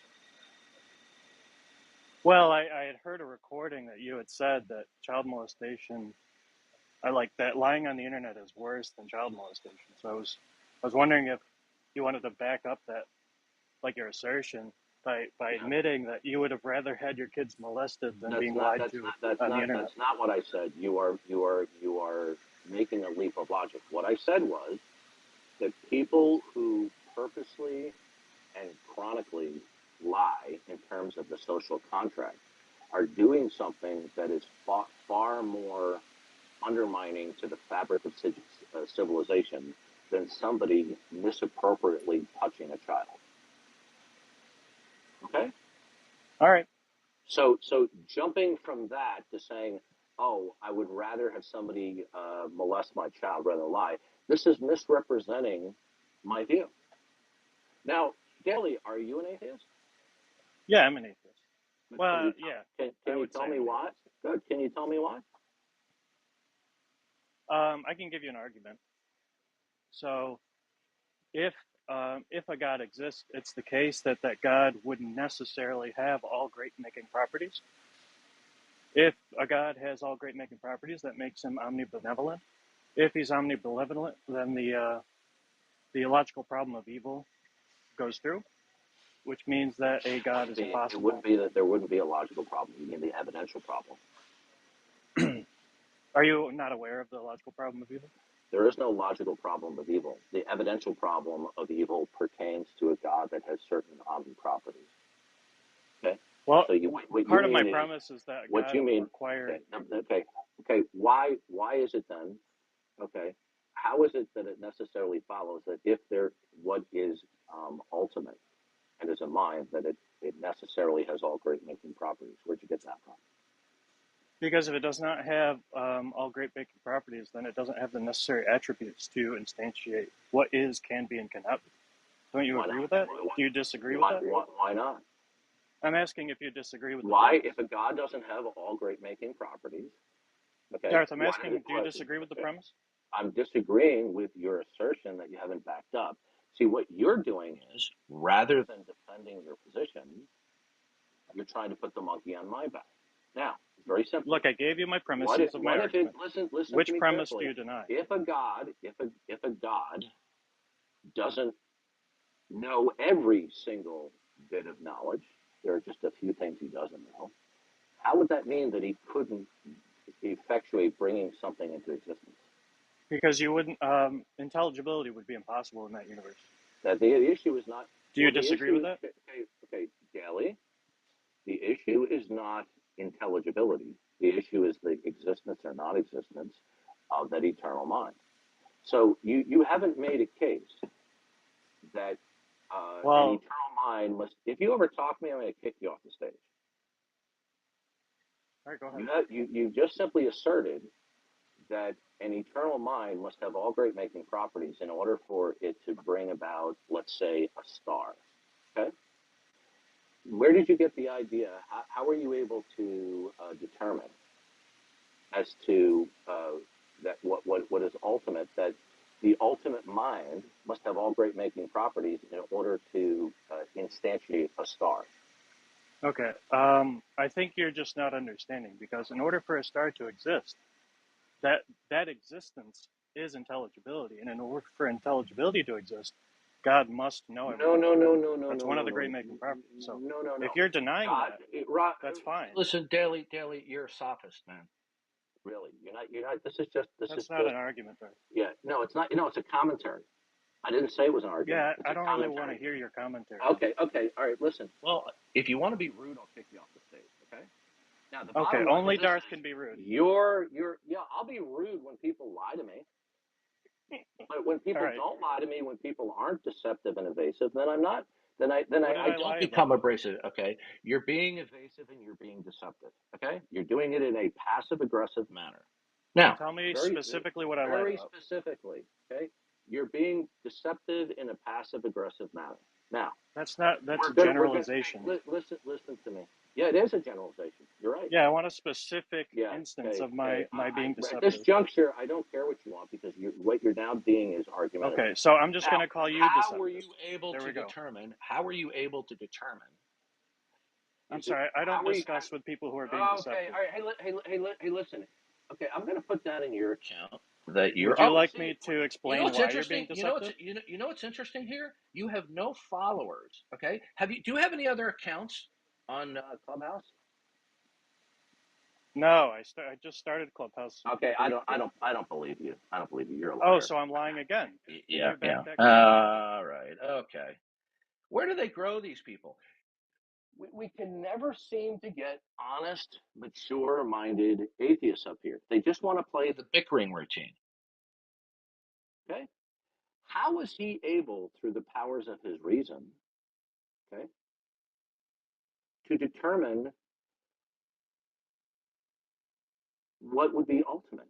How? Right? And if he's determined that there's no God, then what would be the basis of reason?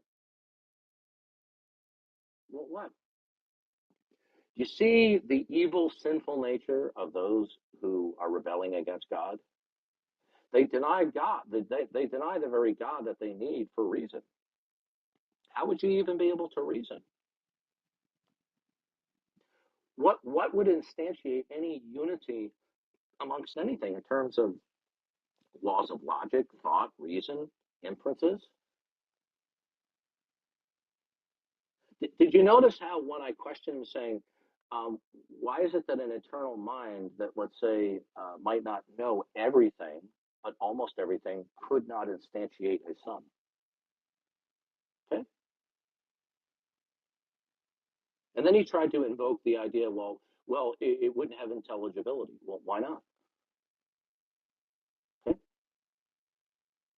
And even if it was the intelligibility was impaired for whatever reason from the standpoint of the eternal mind, right? It doesn't mean that it couldn't instantiate it, meaning bring it into existence. You see how craven these people are in their atheism? That they're willing to use their God-given intellect in order to do mental gymnastics and verbal community college lectures, right? Notice how he wasn't really trying to converse with me. He was just simply trying to bicker.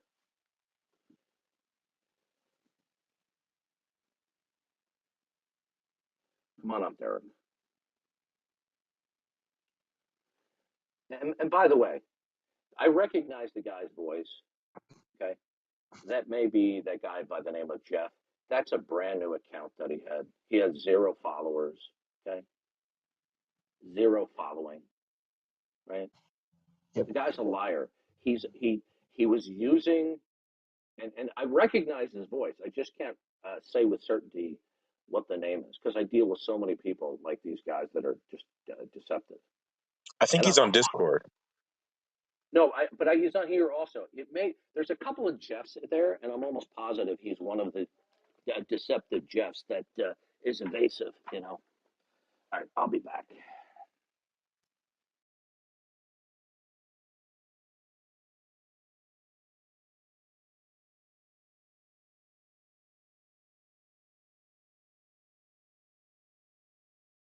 All right. Well, the room is open yet again. So if you're an atheist and you want to come up and defend the non-existence of God, you're more than welcome to. All right. What we haven't heard today is a rational substantiation of atheism, which is what you'd expect to hear. You'd expect to hear a rational substantiation if atheists are as rational as they say they are. If they are the height of rationality, the pinnacle of rational thought, what you'd expect. What you'd expect to hear is our rational accounts for atheism, rational defenses of atheism. Okay. Now, why don't you hear that?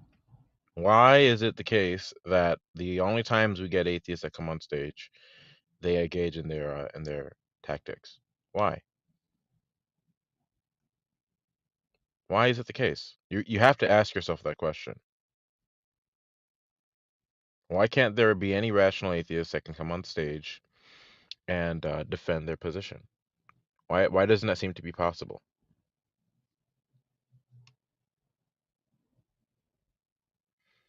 Now, if you're an atheist, many of you guys are here in the room are atheists. I'm assuming. And so if you're an atheist, you're more than welcome to come on and raise your hand and come on stage. Wow, I see that there's a room. Roger Smith just destroyed Darth and Jrobin. Wow. Okay, how did they destroy Darth and I?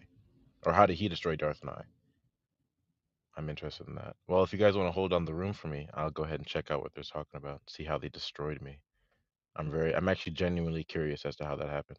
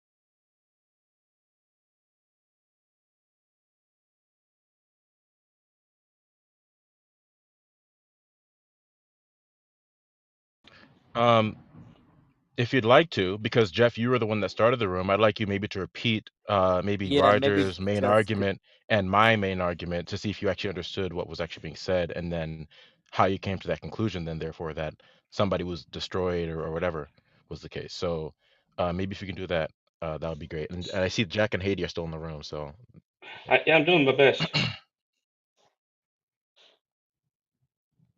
Jeff, if you all want right. to, maybe because you created the room, maybe you could give us a little intro.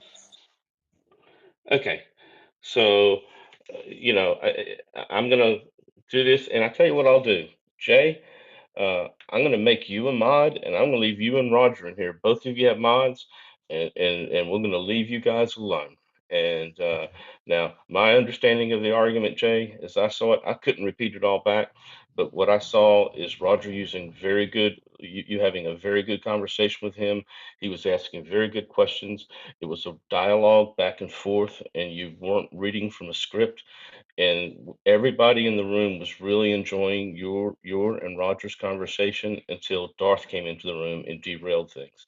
And I think everybody here is interested in hearing that conversation continue.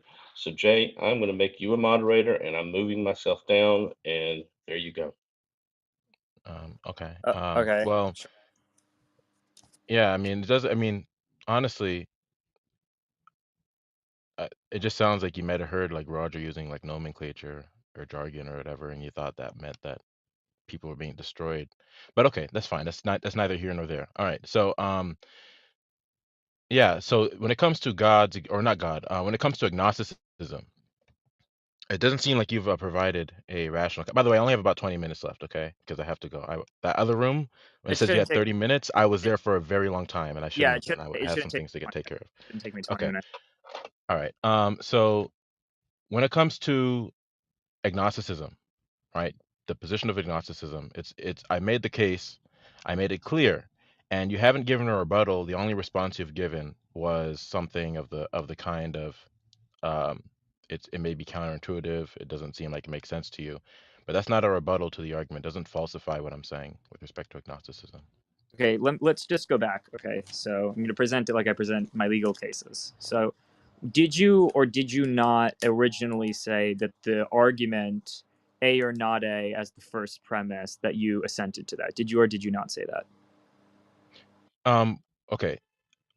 What I Yes or said was that there is a true dichotomy with respect to the proposition. Now, if I had come across to you as saying that ipso facto, because there's a proposition with reference to God, and that proposition is either that God exists or that God does not exist, and solely on that basis that you can't be neutral. If that's what I communicated, I made that clear earlier that I misspoke, and that's not what I didn't understand.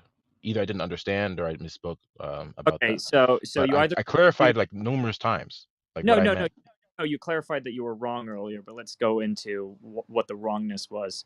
So you have A or not A as your first premise. The No, second but it's not even my position, right? So like you were, I've never you made were the position. I never made the claim, like intentionally made the claim that merely because of the fact that there is a disjunct between God's existence and God's non-existence, or like the proposition God exists or God does not exist, that you can't be agnostic. I've never made that claim, like so you never. saying are you saying that I don't have it written down that you said that then? You might have it written down that I mean, you might have written down something that represents what you think I've said or what I was trying to communicate. I'm But the point not is that I'm making it clear to you right you now said that is not what I was intending to communicate. If that's what I did communicate to you, like if did I said those words verbatim, you did and I hang made it clear, like so. Listen, every time I've like given you like an argument for this thing, it's never just been God exists or God does not exist, and therefore you're neutral, or therefore you're not neutral. Like I've never said that. right. Right. So let me just go back. Okay. So you said, and I have this written down, affirmed propositions are constrained by the laws of logic. Correct? Yes, And then you gave the excluded middle as an example, correct? yes. Okay. And then you said either it's the case that God exists or it's the case that the not God worldview is false. Wait, what? You said You said either God exists, either God grounds all intelligibility, or it's not the case that God grounds all intelligibility. yeah. Mm-hmm. Okay, right. So you did say that. Okay. Mm-hmm. What's the second premise of that argument? It's not the case that God doesn't ground intelligibility, right? Didn't we That's already go over this, Roger? yeah, Because no, no, but it was on recording.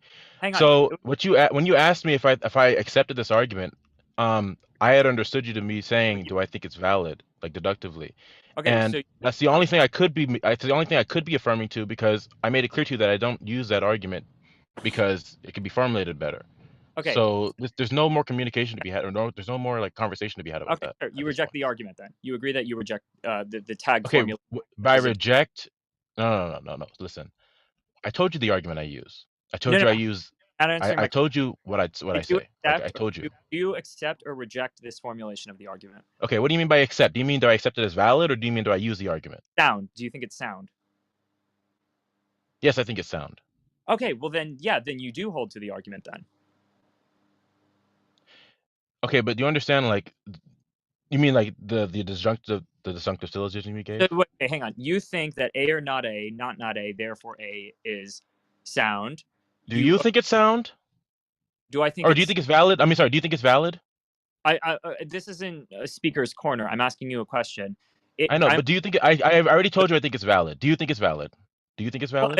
It's trivially valid. Yeah, of course, obviously. Great. Okay, so then what's the so like that's not the argument I use, right? I told you the argument I do use, and so why are we still talking about this? Well, because right? And also you I thought we were talking about agnosticism because you still haven't accepted the argument for agnosticism. Okay, yeah, no, I can handle that. The reason why I keep focusing on it is because unequivocally, recorded conversation, you assented to the first premise, you assented to the second premise, you said that the argument was valid. That means that you must believe in the argument. I mean, what else is there besides assenting to the premises, agreeing that it's well formulated, and that the premises are true? Okay. Do you believe we're having a conversation right now? I'm having a conversation with you about this argument. Okay. Is it either the case that we're having a conversation or that we're not having a conversation? Yep. Okay. Do you believe it's not the case that we're having a conversation? Do I believe it's not the case that we're... No, I don't. Yeah, I don't. Yeah. Do you believe it's not the case that we're not having a conversation? No, I don't think that. You don't believe it's not the case that we're not so you don't accept that? No, okay. Let me just backtrack and make a point. Any argument... Okay, hold on a minute. Stop. Do you believe it's either the case that we're having a conversation right now or that we're not having a conversation? Yes or no? Yes. That's pretty premise one. Okay. Second premise, do you believe that we're not having a conversation right now? Yeah, that's true. Okay. So then the conclusion is just that we're having a conversation. So then you just use these arguments, you just do. I mean, that's not... Listen, the fact that it's sound, right, that doesn't mean that you use the argument, right? So what you're asking me is if I give this argument, right, if I give the argument in that formalization, when it comes to God's existence, and the answer is no, I don't. And I gave you the actual argument that I do use, right? So the fact that we're still talking about this is a waste of time, and I want to make sure we're clear. I want to make sure that we're clear, first and foremost, about the notion that you cannot be agnostic towards God. Okay, no, we both... It's a waste of time to talk about arguments that you've assented to. That's fine. All right, what's the next topic? Okay, so when it comes to God and the position about God, you've misrepresented me numerous times. I hope you're clear about that, and I made that clear to you. I'm not saying, okay, that merely because the fact that there is a proposition that God exists and the proposition is either true or false, that it's no neutrality or no like agnosticism about that. That's not what I'm saying. What I'm saying is that you are affirming a proposition with reference to the existence of God, whether or not you want to admit it or come to grips with that. That's what I am saying. And the way that is substantiated, is the fact that everyone who's operating the world, right, everyone who's predicating, doing things of that nature, they will be affirming a metaphysic. And if they're affirming a metaphysic, with reference, and by metaphysic again, I'm defining it in the somewhat narrow sense, just talking about the nature ultimately of reality. So not like smaller like metaphysical truths. We're talking about like the grand scheme of things. Okay, their model of reality. Okay, their worldview or their ontology. If they're affirming a metaphysic, which they are when they're invoking propositions, then they're going to be affirming something about God. Okay, because God is in such a category where he is metaphysically ultimate, right? Which is the context that we're talking about here.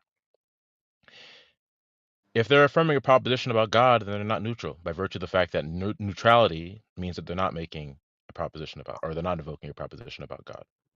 Okay, so hang if you're on. invoking a proposition about God, you're not neutral. Okay, so if I'm invoking a proposition about God, then it's not the case that I'm neutral. I'm invoking a proposition about God, therefore it's not the case that I'm neutral. Right. Is that your argument? Okay, fine. So here's my kind of the objection that I brought before. Okay, I'll do it as a series of questions. Is modal realism a metaphysical worldview? In the way that I've defined metaphysics? Is it a metaphysical worldview by the majority of scholars that are working? I want you to unpack. So does metaphysical, or sorry, not metaphysical, does modal realism entail things about the nature of what it means foundationally, fundamentally for things to be actual, and what it means for things? Okay, then yeah, they're going to be affirming something about that. Okay, so if it's a metaphysical worldview, then you can't be agnostic about it. Yeah, not metaphysical as the way I've defined it. Let's be clear. I don't want to be equivocating. So metaphysics and the way I've defined it in this conversation. Okay, so why don't you repeat the way that you've defined it in this conversation? So metaphysics, I'm defining it as your model of reality that's going to deal with or is going to answer questions pertaining to the nature, fundamentally, of truth. Okay, the nature of possibilities and impossibilities, and what that references like fundamentally, and things like Okay. correlativity between facts and things like that. Okay, and do you agree that there's several theories that fit that Of description? Yes course. or no? Yeah. Okay, so Yes. okay, so we got a So yes if there. modal realism fits that description, then you're not neutral towards it. Hang on. My line of questioning. Okay. Then do you think that it's epistemically responsible to investigate an opponent's viewpoint and assess it in its entirety, or as much as you can, in order to genuinely tell whether or not the view is false? And do you think that's epistemically virtuous? Yes.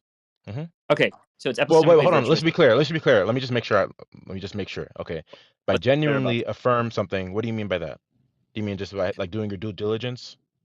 Yeah, doing your due diligence, Okay. investigating the view, reading the author's books, listening to the objections, watching their lectures, etc., etc. Do you think that's an epistemically virtuous thing?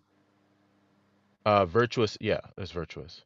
Okay, sure, perfect. That's good. So let's keep going. So Platonism, just because I'm going to stick with that, is a metaphysical worldview. Yes.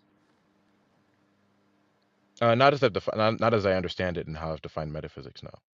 Is there, by the way, any university professor that's publishing within the past 10 years that thinks that Platonism isn't an academic worldview? A metaphysical worldview?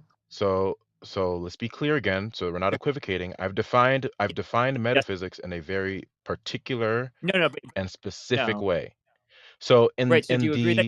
in just like a general concept of metaphysics, sure, but I'm not defining metaphysics that way. And I made that clear now almost a half a dozen times in this conversation and the prior, probably a dozen times now in this case. I'm not defining metaphysics in this general sense, and the things are just abstract, beyond the physical, right? I'm not So defining it in that broad scheme. I'm defining you're it in a very idiot. particular, specific way with reference to the nature of reality fundamentally. Okay, so you're adopting an idiosyncratic definition of the word metaphysics for a particular purpose, right? Well, I use different words too. I use your model of reality or your worldview or your ontology. I use Could you, those words interchangeably in this conversation. could you just answer the question? Are you I'm not using gonna agree to your characterizations of how I'm using them. If I've defined the term and I've made the No, yeah. definition clear But dozens of times to you, do you okay, agree? then Do you there agree? should be there's no like, so this is like irrelevant. Like, you're just No, complaining to me about how I'm no. defining the words. So Well, do you understand how I'm defining metaphysics in this conversation? no. So what I'm trying to say is that do you agree that you're adopting an idiosyncratic definition of the word metaphysics for a particular purpose? Yes or no? I'm adopting a definition that's actually it's not a controversial Why is it definition. hard? Why is it hard? I'm adopting a definition that is commonly used, By okay, who? in this kind of conversation. By who? It's just a commonly used definition. When you're talking about metaphysics, a lot It's of times David people are Lewis, talking about the nature of reality. Sharon Street, David Lewis, Simon Prosser. Do any of these people use that definition? Roger. Do you have a response to the argument I gave to you? I do have a response. I'm getting to it. I'll just say. Okay, so let's hear it instead of you complaining about how I'm defining my terms, because you can just use X instead Well, of the word metaphysic here, and it's not going to change anything I mean, because I've defined the concept to you. There's a Okay, lot to so complain. let's continue. Let's continue. Okay, sure. Let's continue. So you agreed that Platonism or that modal realism is a metaphysical worldview, right? As I've defined it, sure. Sure. If it entails what you're saying it entails, yeah. Okay, so you agreed. You Mhm. also said that it's epistemically virtuous. Okay, you said that it's epistemically virtuous to investigate that opinion to determine its merits, theoretical virtues and vices. You also said that. Okay, fine. Now, next stage. If your view is correct, can I prima facie reject modal realism? If my position on agnosticism is correct? Yeah. Okay. Yeah, you can. Okay, so I have no obligation to be epistemically virtuous then, do I? You have no obligation to be epistemically virtuous? I don't have to be epistemically virtuous. You agreed that in order to be epistemically virtuous, you have to investigate your opponent's position and look at it fair and entertain the ideas in your mind, as Aristotle would once say. But it turns out that according to your theory, I actually don't even need to do any of that. So there's no need to be No, epistemically. not to yeah. So like I already told you, in the last conversation. Yeah, Yeah, you don't need to, because it's you're equivocating again. Like you're equivocating on like a sound, legitimate criticism of other people's opinions and views, but you're equivocating between that and the mere fact that propositions that you entail or propositions that you invoke will entail the falsity of other things, of its negation. Those are two different things, right? So you can um deny a proposition without knowing, like without like explicitly doing so, right? And just in virtue of the fact that when you affirm a proposition, you're just going to be denying every proposition that it's, or just denying its negation, right? That would entail its go negation. back. Let's go back to what I was saying. Okay, so let's just do this as a series of why is there someone on the stage? I didn't bring him up, I so he didn't might bring. have left and came back. Yeah, All right, probably I'm what moving happened. He to the probably left and came audience. back. Okay. So let's go. So you agree that modal realism is a metaphysical worldview? Yes? Yeah. Okay. You agree that it's epistemically virtuous to investigate a particular proposition and determine its merits and demerits before determining whether or not the view is false, right? Yeah, and by that we established you're just saying like it's good to do your due diligence, right? When Right, you're right, like right. So you say examining yeah. worldviews. Now, but Yeah, right. according to your view, I don't need to do that, right? You don't need to do that to deny worldview. No. So okay, so I don't need to be epistemically virtuous when I'm analyzing other worldviews, do I? All we're talking about right now is whether or not No, the no, no, no, no, no, no. position is going to Your entail voice, a negation Robin. of another position. Robin, we want to be careful. You're saying it's an entailment logically from your view that I do not need to be epistemically virtuous when analyzing other views. So now my question is, if you don't have to be epistemically virtuous when analyzing other views, how could I possibly know you're being epistemically virtuous when you're analyzing my position and you're not being dishonest? So you're equivocating again, because my argument has nothing to do with being epistemically virtuous. It has everything and only and exclusively to do with what the position that you do affirm entails. It has nothing again to do with being epistemically virtuous. I keep having to remind you of this. You're misrepresenting my position and you're Yeah, but equivocating, right? if you're reminding My argument has nothing to do with epistemic virtue at all. So I could agree with everything you're saying, which I do. Like I do think it's a good idea to examine other people's worldview, but I'm telling you it's not required for you right, to deny a position, so which you're is all my backtracking. argument addresses. So You're this is backtracking. not relevant to my argument. It's not Yeah, a so you're rebuttal. no, you're backtracking though. No, I'm not, because I never made the claim about epistemic virtue. You're the only person that's ever Did brought you? that up in this Okay, conversation. people in chat. Did he say that in order to be epistemically virtuous, you must investigate and analyze a belief according to its own merits and demerits and make adjudications accordingly? Did you or did you not say that? I did, and I clarified this. You're just saying Okay, you're doing your due diligence when examining worldview. That's all I take epistemic virtue to mean, unless you're just saying something else, got right? it. So you did say that, and you Okay. acknowledge that that's not what you're doing when you analyze views that disagree with you. No, I'm saying that's not necessarily what you will be doing when you deny a worldview, But it's a because good thing. denying a worldview does not necessarily entail that you're doing your due diligence. No, I That's got it. irrelevant to what I'm saying. Again, right? No. Listen, let me just make this clear, okay?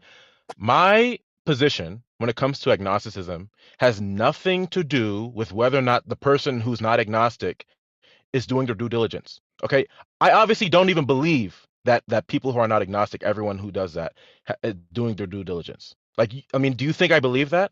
Like, it's But obviously not the case, right? So that's what you're doing, is you're equivocating, no, I'm right? not. You're misrepresenting my position.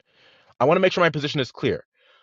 All I'm arguing is that people are invoking propositions either implicitly or explicitly that will entail that God either does or does not exist, irrespective of whether or not they've done their due diligence or their research or whatever else the case is. Okay, all I'm talking about is whether or not the person is doing or is invoking propositions that entail the falsity or the non-existence or the existence of God. Okay, That's all the argument here is to fine, address. fine. That's Do it. you agree that it's a good thing to be epistemically virtuous? Yes or no? Yeah, that's not it. Yes. Okay, but that's not relevant. Okay, listen, calm down. I understand. Okay, so you agree that it's good to be epistemically virtuous, but you Yeah, also well, how's that relevant though? coming to the conclusion that Platonism is false in the way that you come to it is not epistemically virtuous. Well, it's just virtuous insofar as well, it's so yeah. This is the thing. Like I would say that my position when it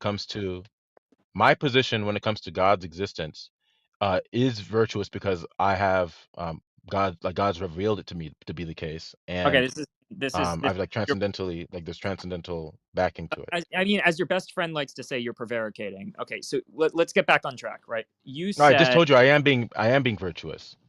no, but you're not being epistemically virtuous in the way that we defined. It just means that you're investigating like the worldview, right? So if I can establish the truth of what I'm saying to be true, then that means I've also established the falsity of every other position. No, Doesn't no, matter, like I don't. So as you're long as they entail something that would negate my position, and I've established that my position is transcendentally necessary, then that's fine. Like so I don't have to know what every other position is like in the world. Like do you really think that you have to know every other like if you've established X to be necessarily true, right? Then it just means it just follows that not X would just have to be false. It doesn't matter that like you can and by the way, right? You could be presented, somebody come up to you out of nowhere, right? They just come up to you and present XYZ worldview. You can say, okay, well, if it doesn't entail what I believe to be necessarily true, then it's just false by virtue of the fact that what I think is necessarily true. Now, I don't have to know the particular. All I need to know is whether or not it entails the things that I believe entail, right? That would meet the criterion of epistemic virtue, right? Because you still be doing your due diligence, as I put it, and you agreed to. okay. Just going forward. So you've already conceded that what you're doing is epistemically virtuous, but let's just No, go I with did not. Now you're being dishonest. Now you're lying to me because I just told you I am. well, according Because to I believe not according to the definition that we agreed to.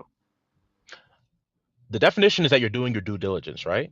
That's what we Okay, said. That's how you're I doing put it, and that's what you agreed to, right? hang, So hang on. if by doing my due diligence, I'm establishing, right, the necessity of the position, okay, right, like when it comes to like logical arguments and so forth, and I say my position is necessary or like transcendentally necessary, okay, that would just mean that the other positions that don't entail that would end up like being negated by the fact that my Okay, position is necessary. let me do this Okay. dialectically. Okay, have you seriously investigated the book On the Plurality of Worlds by David Lewis? No, I haven't. Okay, do you acknowledge that in that book is his main defense, or I'm just telling you, in that book is his main defense of modal realism. So you haven't investigated modal realism No, nor do I need to. No, Okay, no, sure. You haven't, but you acknowledge that it would no. be epistemically virtuous if you did. Yeah, I mean, Okay, it just bingo. depends on it But, depends on but, so but you're not. again, like it just depends on how You're, we're talking. So you're if not I'm an establishing the agent. You're not an epistemically virtuous agent. You just admitted it. no, now you're just affirming the consequent. Or yeah, that's what you're doing. Yeah. Well, how am I affirming the consequent? Could you give Because it you're to? saying that if I read XYZ, then I'm being epistemically virtuous. Oh, You, sorry. Yeah. Then oh, sorry. No, sorry. yeah, that's No, not. it doesn't follow from the fact. It doesn't follow from the fact that I'm not. I didn't read it. So it's not like a sufficient condition for epistemic virtue, No, but right? what I'm trying to say is that it is at least a condition, and you're violating that condition. Okay, so no, that's not what I mean by epistemic virtue. All I mean is that you're examining your position, right? Or you're No, examining no, the no, position. So if you can no. like establish the necessity of your position, right, then it would just mean that you would have done your due diligence, irrespective of whether or not the position is right or wrong or true. It wouldn't matter at that point. If you've Uh, like established like if you looked at all other positions. uh, okay. Apparently, my connection's terrible. I hope it isn't. But anyway, so basically, I'll talk a little bit closer to my microphone. Okay, Essentially, I'm you. running a little bit late now, so we can Okay, just fine, wrap fine, this up fine. in Okay, like 5 minutes. okay. Let me give my master argument. This is sort of like a side Okay. argument, anyway. Here's my master argument. My master argument is when you talk about agnosticism.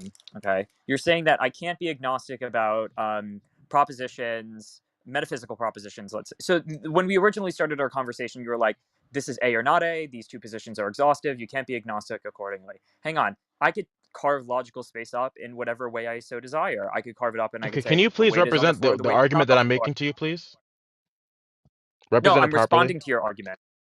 I'm Okay, responding to it. let's hear it from the beginning. Let's hear it from the beginning. What is your rebuttal? Because you haven't given it so far. All you've talked about is I epistemic have. virtue, which is not a rebuttal to my argument. Okay. It is. So let's hear your response or rebuttal to my argument. Let's hear it. Right. So, as you originally phrased the argument to me, it was contingent Okay, upon we're a not going to talk about. So bivalence. look, But stop. What we're not going to do is after it's been made clear to you dozens of times that either there was misrepresentation, miscommunication, or misspeaking, they're going to go back to what your original understanding of what I said was. We're not going to do that because you're wasting time. So let's so hear we agree as that now that I've made so it you're clear to you. conceding you're conceding Now we're that the wrong. It was wrong. It was wrong. You're agreeing it was wrong. it is wrong. Well, yeah, Okay, there you go. it's Boom. not what I Boom. believe. Wait, Boom. hold on a minute. Boom. Wait, let's make sure we're clear. Let's make sure we're clear what we understand is wrong. What is wrong is the mere statement that there's a disjunct between two propositions entails necessarily that you're not agnostic. That is what's wrong, and that's not a position that I've ever held to. That's not a position that I hold to currently, and that's not what if I ever communicated. If you ever thought I communicated that to you, what was not my intent, right? Okay, And so fine. Then you what you're then not you going to do misspoke. what you're not going to do is misrepresent what I believe after it's been made clear to you over a dozen times, right? Okay. If it was clear, I would have gotten it by now. Like Okay, but I told you so. But like, so listen. If I told you that's not what I'm saying, right? If I told you, even if you didn't understand what I am saying, what you're not going to do is just repeat what you know I'm not saying, right? So this is dishonest. That's I didn't know. dishonesty. No. This Okay. isn't dishonesty. You So make an argument. yes, it Hang on. is. You I make an made it clear argument. to You're you making an that's not argument. my position. Okay, fine.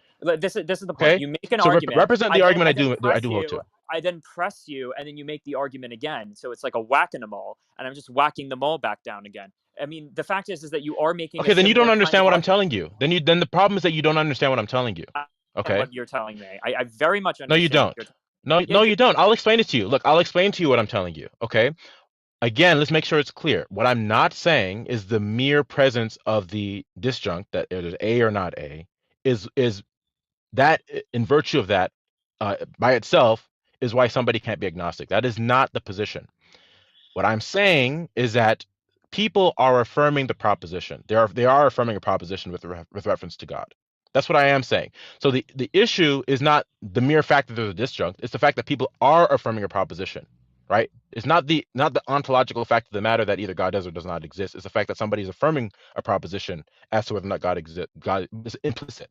So even if somebody wants to claim that they're agnostic, the point is that they actually are implicitly affirming a proposition. That's what is maybe it's so subtle of a distinction to you that you don't No, understand it, no. but it's a I believe distinction me. that's I important and that it actually makes a difference. No, Okay. I've The forgotten point. more about this subject than you know. Believe me. I mean, the Okay. point that I'm trying to bring up specifically is that when you say, okay, you can't be agnostic about this because it's a metaphysical worldview, the problem No.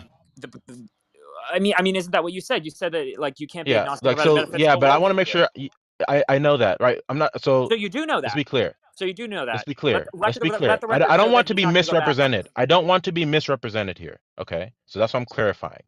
It is true that if somebody is holding to if they're going to be, because of the fact that it's a metaphysical worldview, that nobody's going to escape a position as to whether or not God exists. That is true.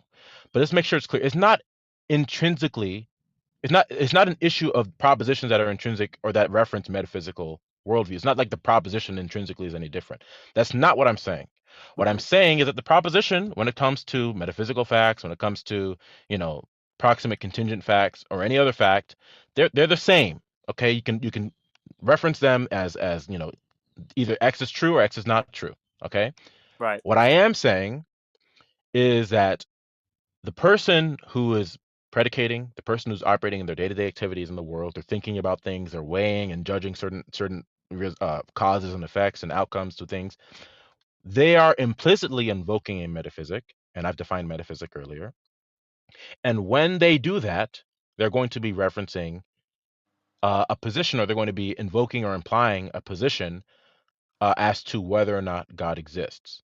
Okay, they're going to be implying that either God does exist when they affirm a metaphysic, or they're going to be implying that a God does not exist, because they are invoking a metaphysic as it's been defined, and God is in one such category. Okay, as a metaphysic. Okay. Sure. All right. So let's go on that. So it's the idea that in order to make any kind of metaphysical statement, you must necessarily refer to God, right? No, that's not what I'm saying. What I'm saying is that in order for you to So I when don't you're need to refer making a to God. metaphysic, what? No. That's not what I'm saying. Right. So represent what I am saying right now to you. Okay. My position wholesale is different conversation. What I am saying to you right now is that when you are speaking, when you are predicating, you're invoking a metaphysical framework. You're invoking some model of reality with reference to the nature of truth, possibility, impossibility, etc. Okay, you're invoking a metaphysical framework, and when you are doing that, you're going to be implicitly or explicitly talking about whether or not God exists, as he's been defined as that which is the foundation for all of reality. Okay, that is my position. That is what I'm telling you right now. Got it. Got And it. that Got is it. my position, of course. Okay. So when I make a statement, I could be implicitly or explicitly referring to some metaphysical worldview. Yes. Every time you Okay. predicate. Is it possible that you could implicitly be referring to Platonic objects? Anything, yeah, it's possible that whenever you that Oh. depending on it just depends on the proposition that you're invoking. Okay. Perfect. All right. So let's do a modal argument. So it's possible that your statements could refer to Platonism if Yeah, like your which statements worldview. are you Okay. talking about though? Like are you just saying Wait. like statements in general? Let me just make my argument. It's Hmm. possible that your statements could refer to Platonism. If theism is true of the kind that you're talking about, then it's not the case that it's possible that your statements refer to Platonic objects. Modus tollens, it's not the case that theism is true. So, premise one, it's possible that your statements refer to Platonism, as you just conceded. If Oh, okay. theism, I thought you meant like they entail something about Platonism. I didn't mean to say that they are like the Platonism is true. Okay, so no, that's I'm not saying, maybe I didn't is understand your it question. possible that your statements implicitly refer to Platonic objects? Like any statement at all? Yeah. Yeah, people's statements like in actuality or that they entail that Platonism is true. In the same way that my statements might entail the existence of God, that your statements might entail the existence of Platonic objects. Yeah, but I'm saying like, are you just entailing the proposition, or are you invoking, or is the proposition true? So again, let's make sure you're not equivocating here. Are you saying that you're just like invoking a proposition that the proposition would just entail the other proposition about Platonism, or are you saying that that would entail that Platonism is true? Okay, let me give the argument again, then maybe this will clarify it. Premise one, it's possible that I implicitly reference Platonic objects in my speech. Premise Okay, two, what? So like it means like in hang on. actuality, right? Yeah, in actuality. Okay. All right. Premise two, if theism is true, then it's not the case that it is possible that I refer to Platonic objects when I speak. Okay. Conclusion, theism is false by modus tollens. Okay. Yeah. So like I'm not saying that you're referencing like in actuality Platonic objects. No, but you What I said thought you what I understood you you said yeah, so like you what said I ex. understood you to be saying, so listen, when you say you're referencing something, right? Or when you say, actually you didn't even say you're referencing it the first time. You said like you're like implying, or like you're like it entails something. So that could mean one of two things, right? It could mean that the proposition is like you're actually in actuality talking about this thing that's real, right? Or it could just mean that you're entailing like another proposition, irrespective of whether the proposition is true, right? So you could be meaning two wildly different things, which is going to change the implication of the argument you're making. Do you realize that? Did you agree or did you not agree that you could be implicitly referring to Platonic objects? I agreed in one sense, and I disagreed in Okay. another sense. I just gave you the two senses of Yeah. what those two things could Okay. mean. So So if you're is going to it equivocate again, and start conflating again, right? Then I don't have much else to say to you. I'm actually, it's yeah. I need to go actually. I mean, it's like okay? I'm running late.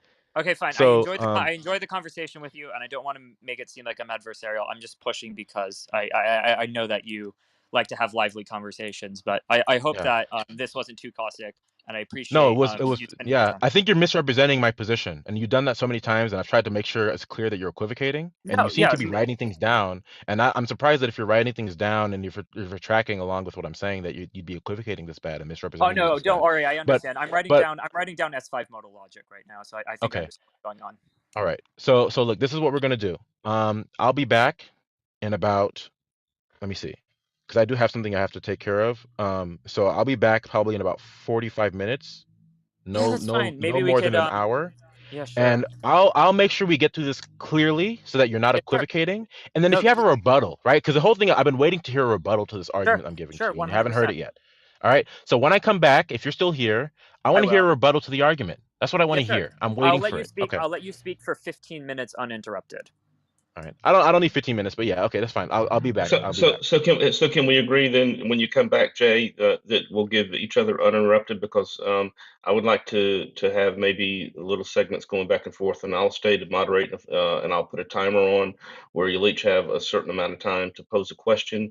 There'll be an answer and an opposing question and answer, and then maybe an elaboration type of a thing, or whatever format you guys would be comfortable with. I'd be happy to moderate that.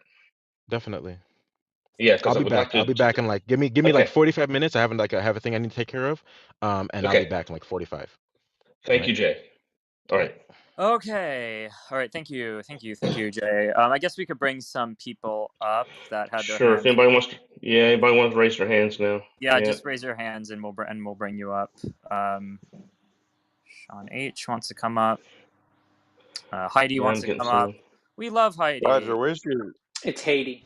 Haiti. Haiti. Sorry. Where's your stamina coming from the last couple days? You've been like talking to everybody.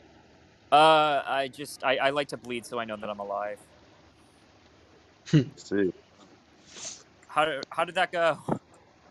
I mean, Why didn't it's you part fucking two. ask You him if knocked him modal out again. realism is true, right? Once you got him to concede that it was like this metaphysical proposition in the sense that he was using, why didn't you just ask him whether or not modal realism was true? Because it's the case on his view that he can't be agnostic to that proposition, right? Yeah, I And mean, then if he because I think says, he was just going to say it's false, and then yeah, but then you just do the same thing that he does for atheists, right? yeah, Which is just modal realism is false because yeah, sure. Jeff wants to come up. Sure. and Yeah, he no, I'll can't. The do that. funny I'll do thing is that. that he can't appeal to anything about God with modal realism, right? Because modal realism is consistent with God's existence, right? It just means Yeah. that God exists at each actual world, right? So it doesn't. He can't appeal to God or anything about it because modal realism is consistent with theism. So given the fact that he conceded on that, he should have had his face shoved in shit, right, for making a fucking ridiculous blunder saying he can't be agnostic without arguments for modal realism. Yeah. I mean, and I hope what I did was successful and fruitful, and I hope you guys got something from it. I mean, it was part two. It was It great. Oh, did you I pissed mean, him off mostly for what he sure. did this time was just say that like you were equivocating, which I didn't see that.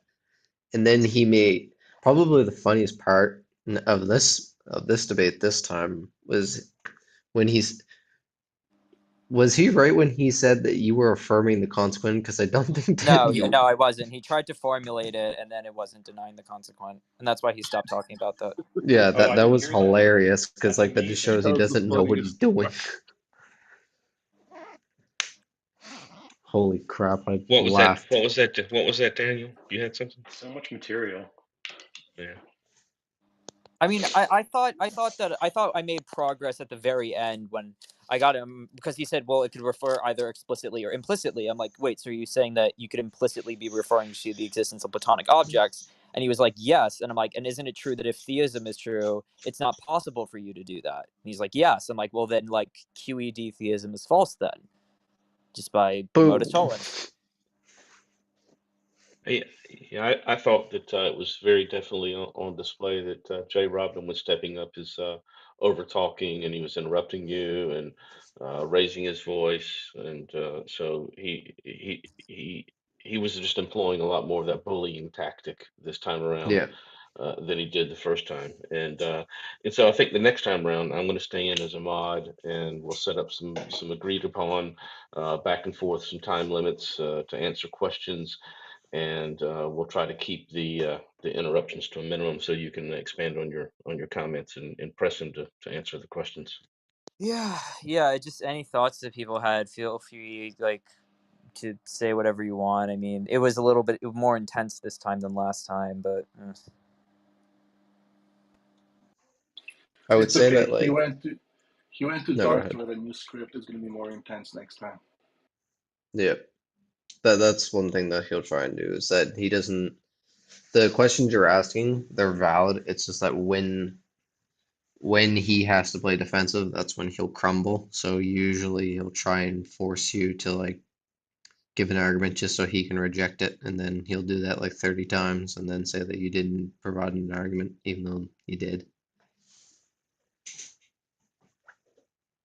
That's usually what he likes to do. Yeah, the thing about the epistemic virtue that I was trying to bring up was basically like, look, it's just sort of an entailment of your position. If you think that, investigating views honestly and taking their position seriously and trying to come up with counter objections, if that whole process is epistemically virtuous, and you agree that you're not doing that with respect to any other worldview, then you agree that you're not being epistemically virtuous when you're analyzing the not God worldview. And so, if you're not being an honest actor here and acting epistemically virtuously, then why should I think that you have good reason to hold this? It I just seems thought like, that was one of the best arguments you had this whole second time. Absolutely. wow, thank you. Yeah. Because he basically says that I know that my God worldview is correct, therefore all other views must be wrong, and that's so you did a great job of calling him out on that. That was also hilarious that you actually pointed that out to him, and then he didn't see the problem with that, because that doesn't make him special. That could be applied to other worldviews. Yeah. It's great when you kept saying that, because you kept trying to point out the other worldviews. Well, I could just say that this worldview is right, and then he It's didn't get a it. position of Gnosticism. Hi, Roger. I mean, I have a question. Like, I think the issue is that they can't negate a proposition correctly.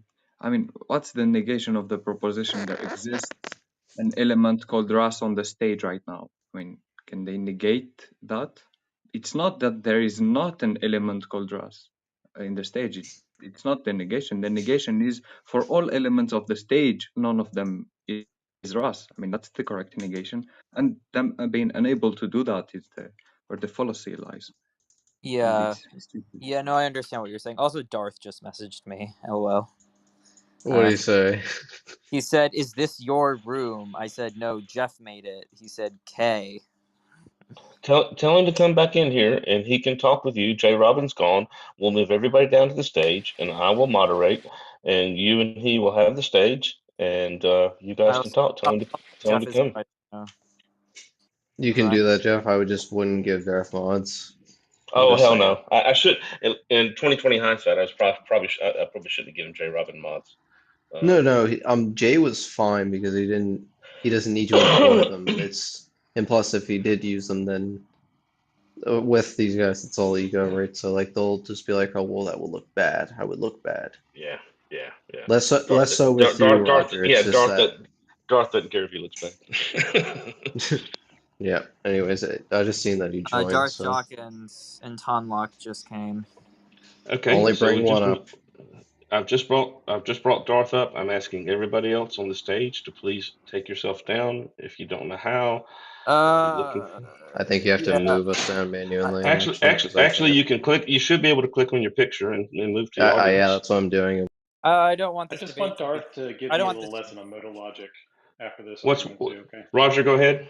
I don't want this to be too fractious. I don't need to do a mano y mano this time. I'm just sort of in a refractory period from the last one. Okay, But well, I'm open for having a conversation. Get rid of Jack. He's a stalker and a troll. Get rid of him. Bro, you no, fucking Darth. came No, in Darth. I'm here. sorry. Okay, No, Darth. goodbye. Bye. Bro, you Bye. fucking came in here. What the Run fuck are you away. Look what Jack. You see, this is what they Bye. do. This is what they do. This is what they do. He's so afraid of Jack. It's so funny. Why is he afraid of Jack? Because Jack destroys him as well as you do. Jack destroys him just like you do. Roger, is anybody? Jack can just. He has literal I'm PTSD. pretty sure Jack can do it in a sentence. If you're there, Jack, just what would you say is the main contradiction in Darth's little script? I think your honeymoon with Darth is over, Roger. Yeah. And he doesn't even know I'm gay. What would you say, like, Jack? If That's you could make, fantastic, Roger. One simple objection to like Darth's argumentation, what would it be? Well, I mean, there's a lot of issues. It's not actually the case that agnosticism is incoherent, given his view, right? Yeah. That that if the Christian God, as he understands it, exists, that means that all creatures know, or let's say all human creatures know that he exists, right? You guys should hear what Darth just said to me. He What said, did he say? "You are now clearly a liar. Roger in no way destroyed me. Roger got completely philosophically dismantled. If you were listening to it, he got destroyed for you to create a title of her room that Roger destroyed me is an out now. Why you? This is like not even English. Why you know it? Why He's you know it, melding. and I know it. But then again, you're another atheist or committed to lying." That's what he sent me. Yeah. That sounds like you was trying to write that to me, but sent it to you instead. Yeah, I don't know why I got it, but whatever. Well, just shows that he doesn't understand how conversations work. It's a back and forth, not just one person strong manning. Well, I hope you guys enjoyed that. I hope it was satisfactory. I tried to be a little bit more aggressive this time because I know some people thought I was being too nice. But yeah, I mean, I don't know. I felt like I I don't feel like he got me on any particular point, but that's just my own opinion. Yeah, he really didn't. No, you were ungotten. A lot of the things like he was saying was just like little rabbit trails just to try and like distract from the main point, really. Like him bringing up like equivocation, I didn't see that. Like Yeah, I you don't know why literally, you kept saying that. he Like, said a what were point, you equivocating on? like you said it, he made a point, you repeated that point back to him in literally the same way, and then he just said you're equivocating. Like I where? think he meant conflating. People often say equivocate when they mean conflate. Yeah, but even still, like he just Use was just use repeating just it kill screaming. verbatim. I mean, I had it written down. Like, I just think this is a knockdown argument. Because he acknowledged it's possible that his statements refer to Platonic objects. However, he also agreed that if theism is true, then it's not possible for his statements to refer to Platonic objects. And then you just do a modus tollens and theism is false. I mean, I don't see. To me, the debate should have been over then. I don't know. Well, yeah, I agree with you. Well, God's claim, I don't know, because I left the room at the moment that you, Roger, were talking about double negations with Darth, and I didn't hear what happened after that. But Darth was claiming that when you invoke Platonic objects, you went then back and said that Platonic objects do not stand in causal relations. And he was claiming that you were contradicting yourself. Bro, you have the worst mic in the world. Yeah, I Sorry, mean, I'm driving. yeah, no, it's not a contradiction to say that Platonic objects are causally effete. I mean, that's what the Platonist thinks. I in no way suggested at any point during the course of my argument that you need to have causal relationships with things that are themselves causally inert. If you read like a standard Platonic textbook, there's not one Platonist who really says that. So it's just a mischaracterization of Platonism in general and a misrepresentation of my version of Platonism in particular. Yeah, I don't know where they got that idea from or where they thought you said that because I didn't hear anything like that. I don't think I said that at all. They were just applying like a false. Well, that's what Darth claims, and he says that you are not honest because you did that. Well, I would just say that like Roger, like if you wanted, like you just lay out like the problem with what Darth was doing and saying how that really doesn't. Because I remember you said that like that's not how like Yeah. Platonism So works. right. So like I could just briefly summarize kind of some guy wants me to join another room. I'm very confused. But anyway, so I'm not leaving a room with my name on it. No, I'm kidding. So the kind of argument that I was going to give was to say something of the following. So Roger, real quick to your point. As soon as you're ready to go, let me know and I will kill this room. Okay. Oh, no, I just don't know why other people are asking me to. join rooms. But anyway, the point being, is that with respect to You're a Darth's argument, star. he seemed to be imputing on me certain metaphysical beliefs that I don't hold. So he was saying like, oh, well, you think that you could causally interact with abstract objects. You listen to the replay. I literally never said that, okay? In fact, I multiply attested to the fact that it's the dominant Platonic position that you can't causally interact with these things. That being said, I don't think you need to causally interact with them in order for them to serve as this kind of grounding. And this is, again, just something that is not really that's not a controversial statement of the Platonic position. The Platonic position normally isn't threatened by that. You could think that they're queer and that they're bizarre and that they're strange and then they're kind of wackadoo entities, like fine, and you don't want those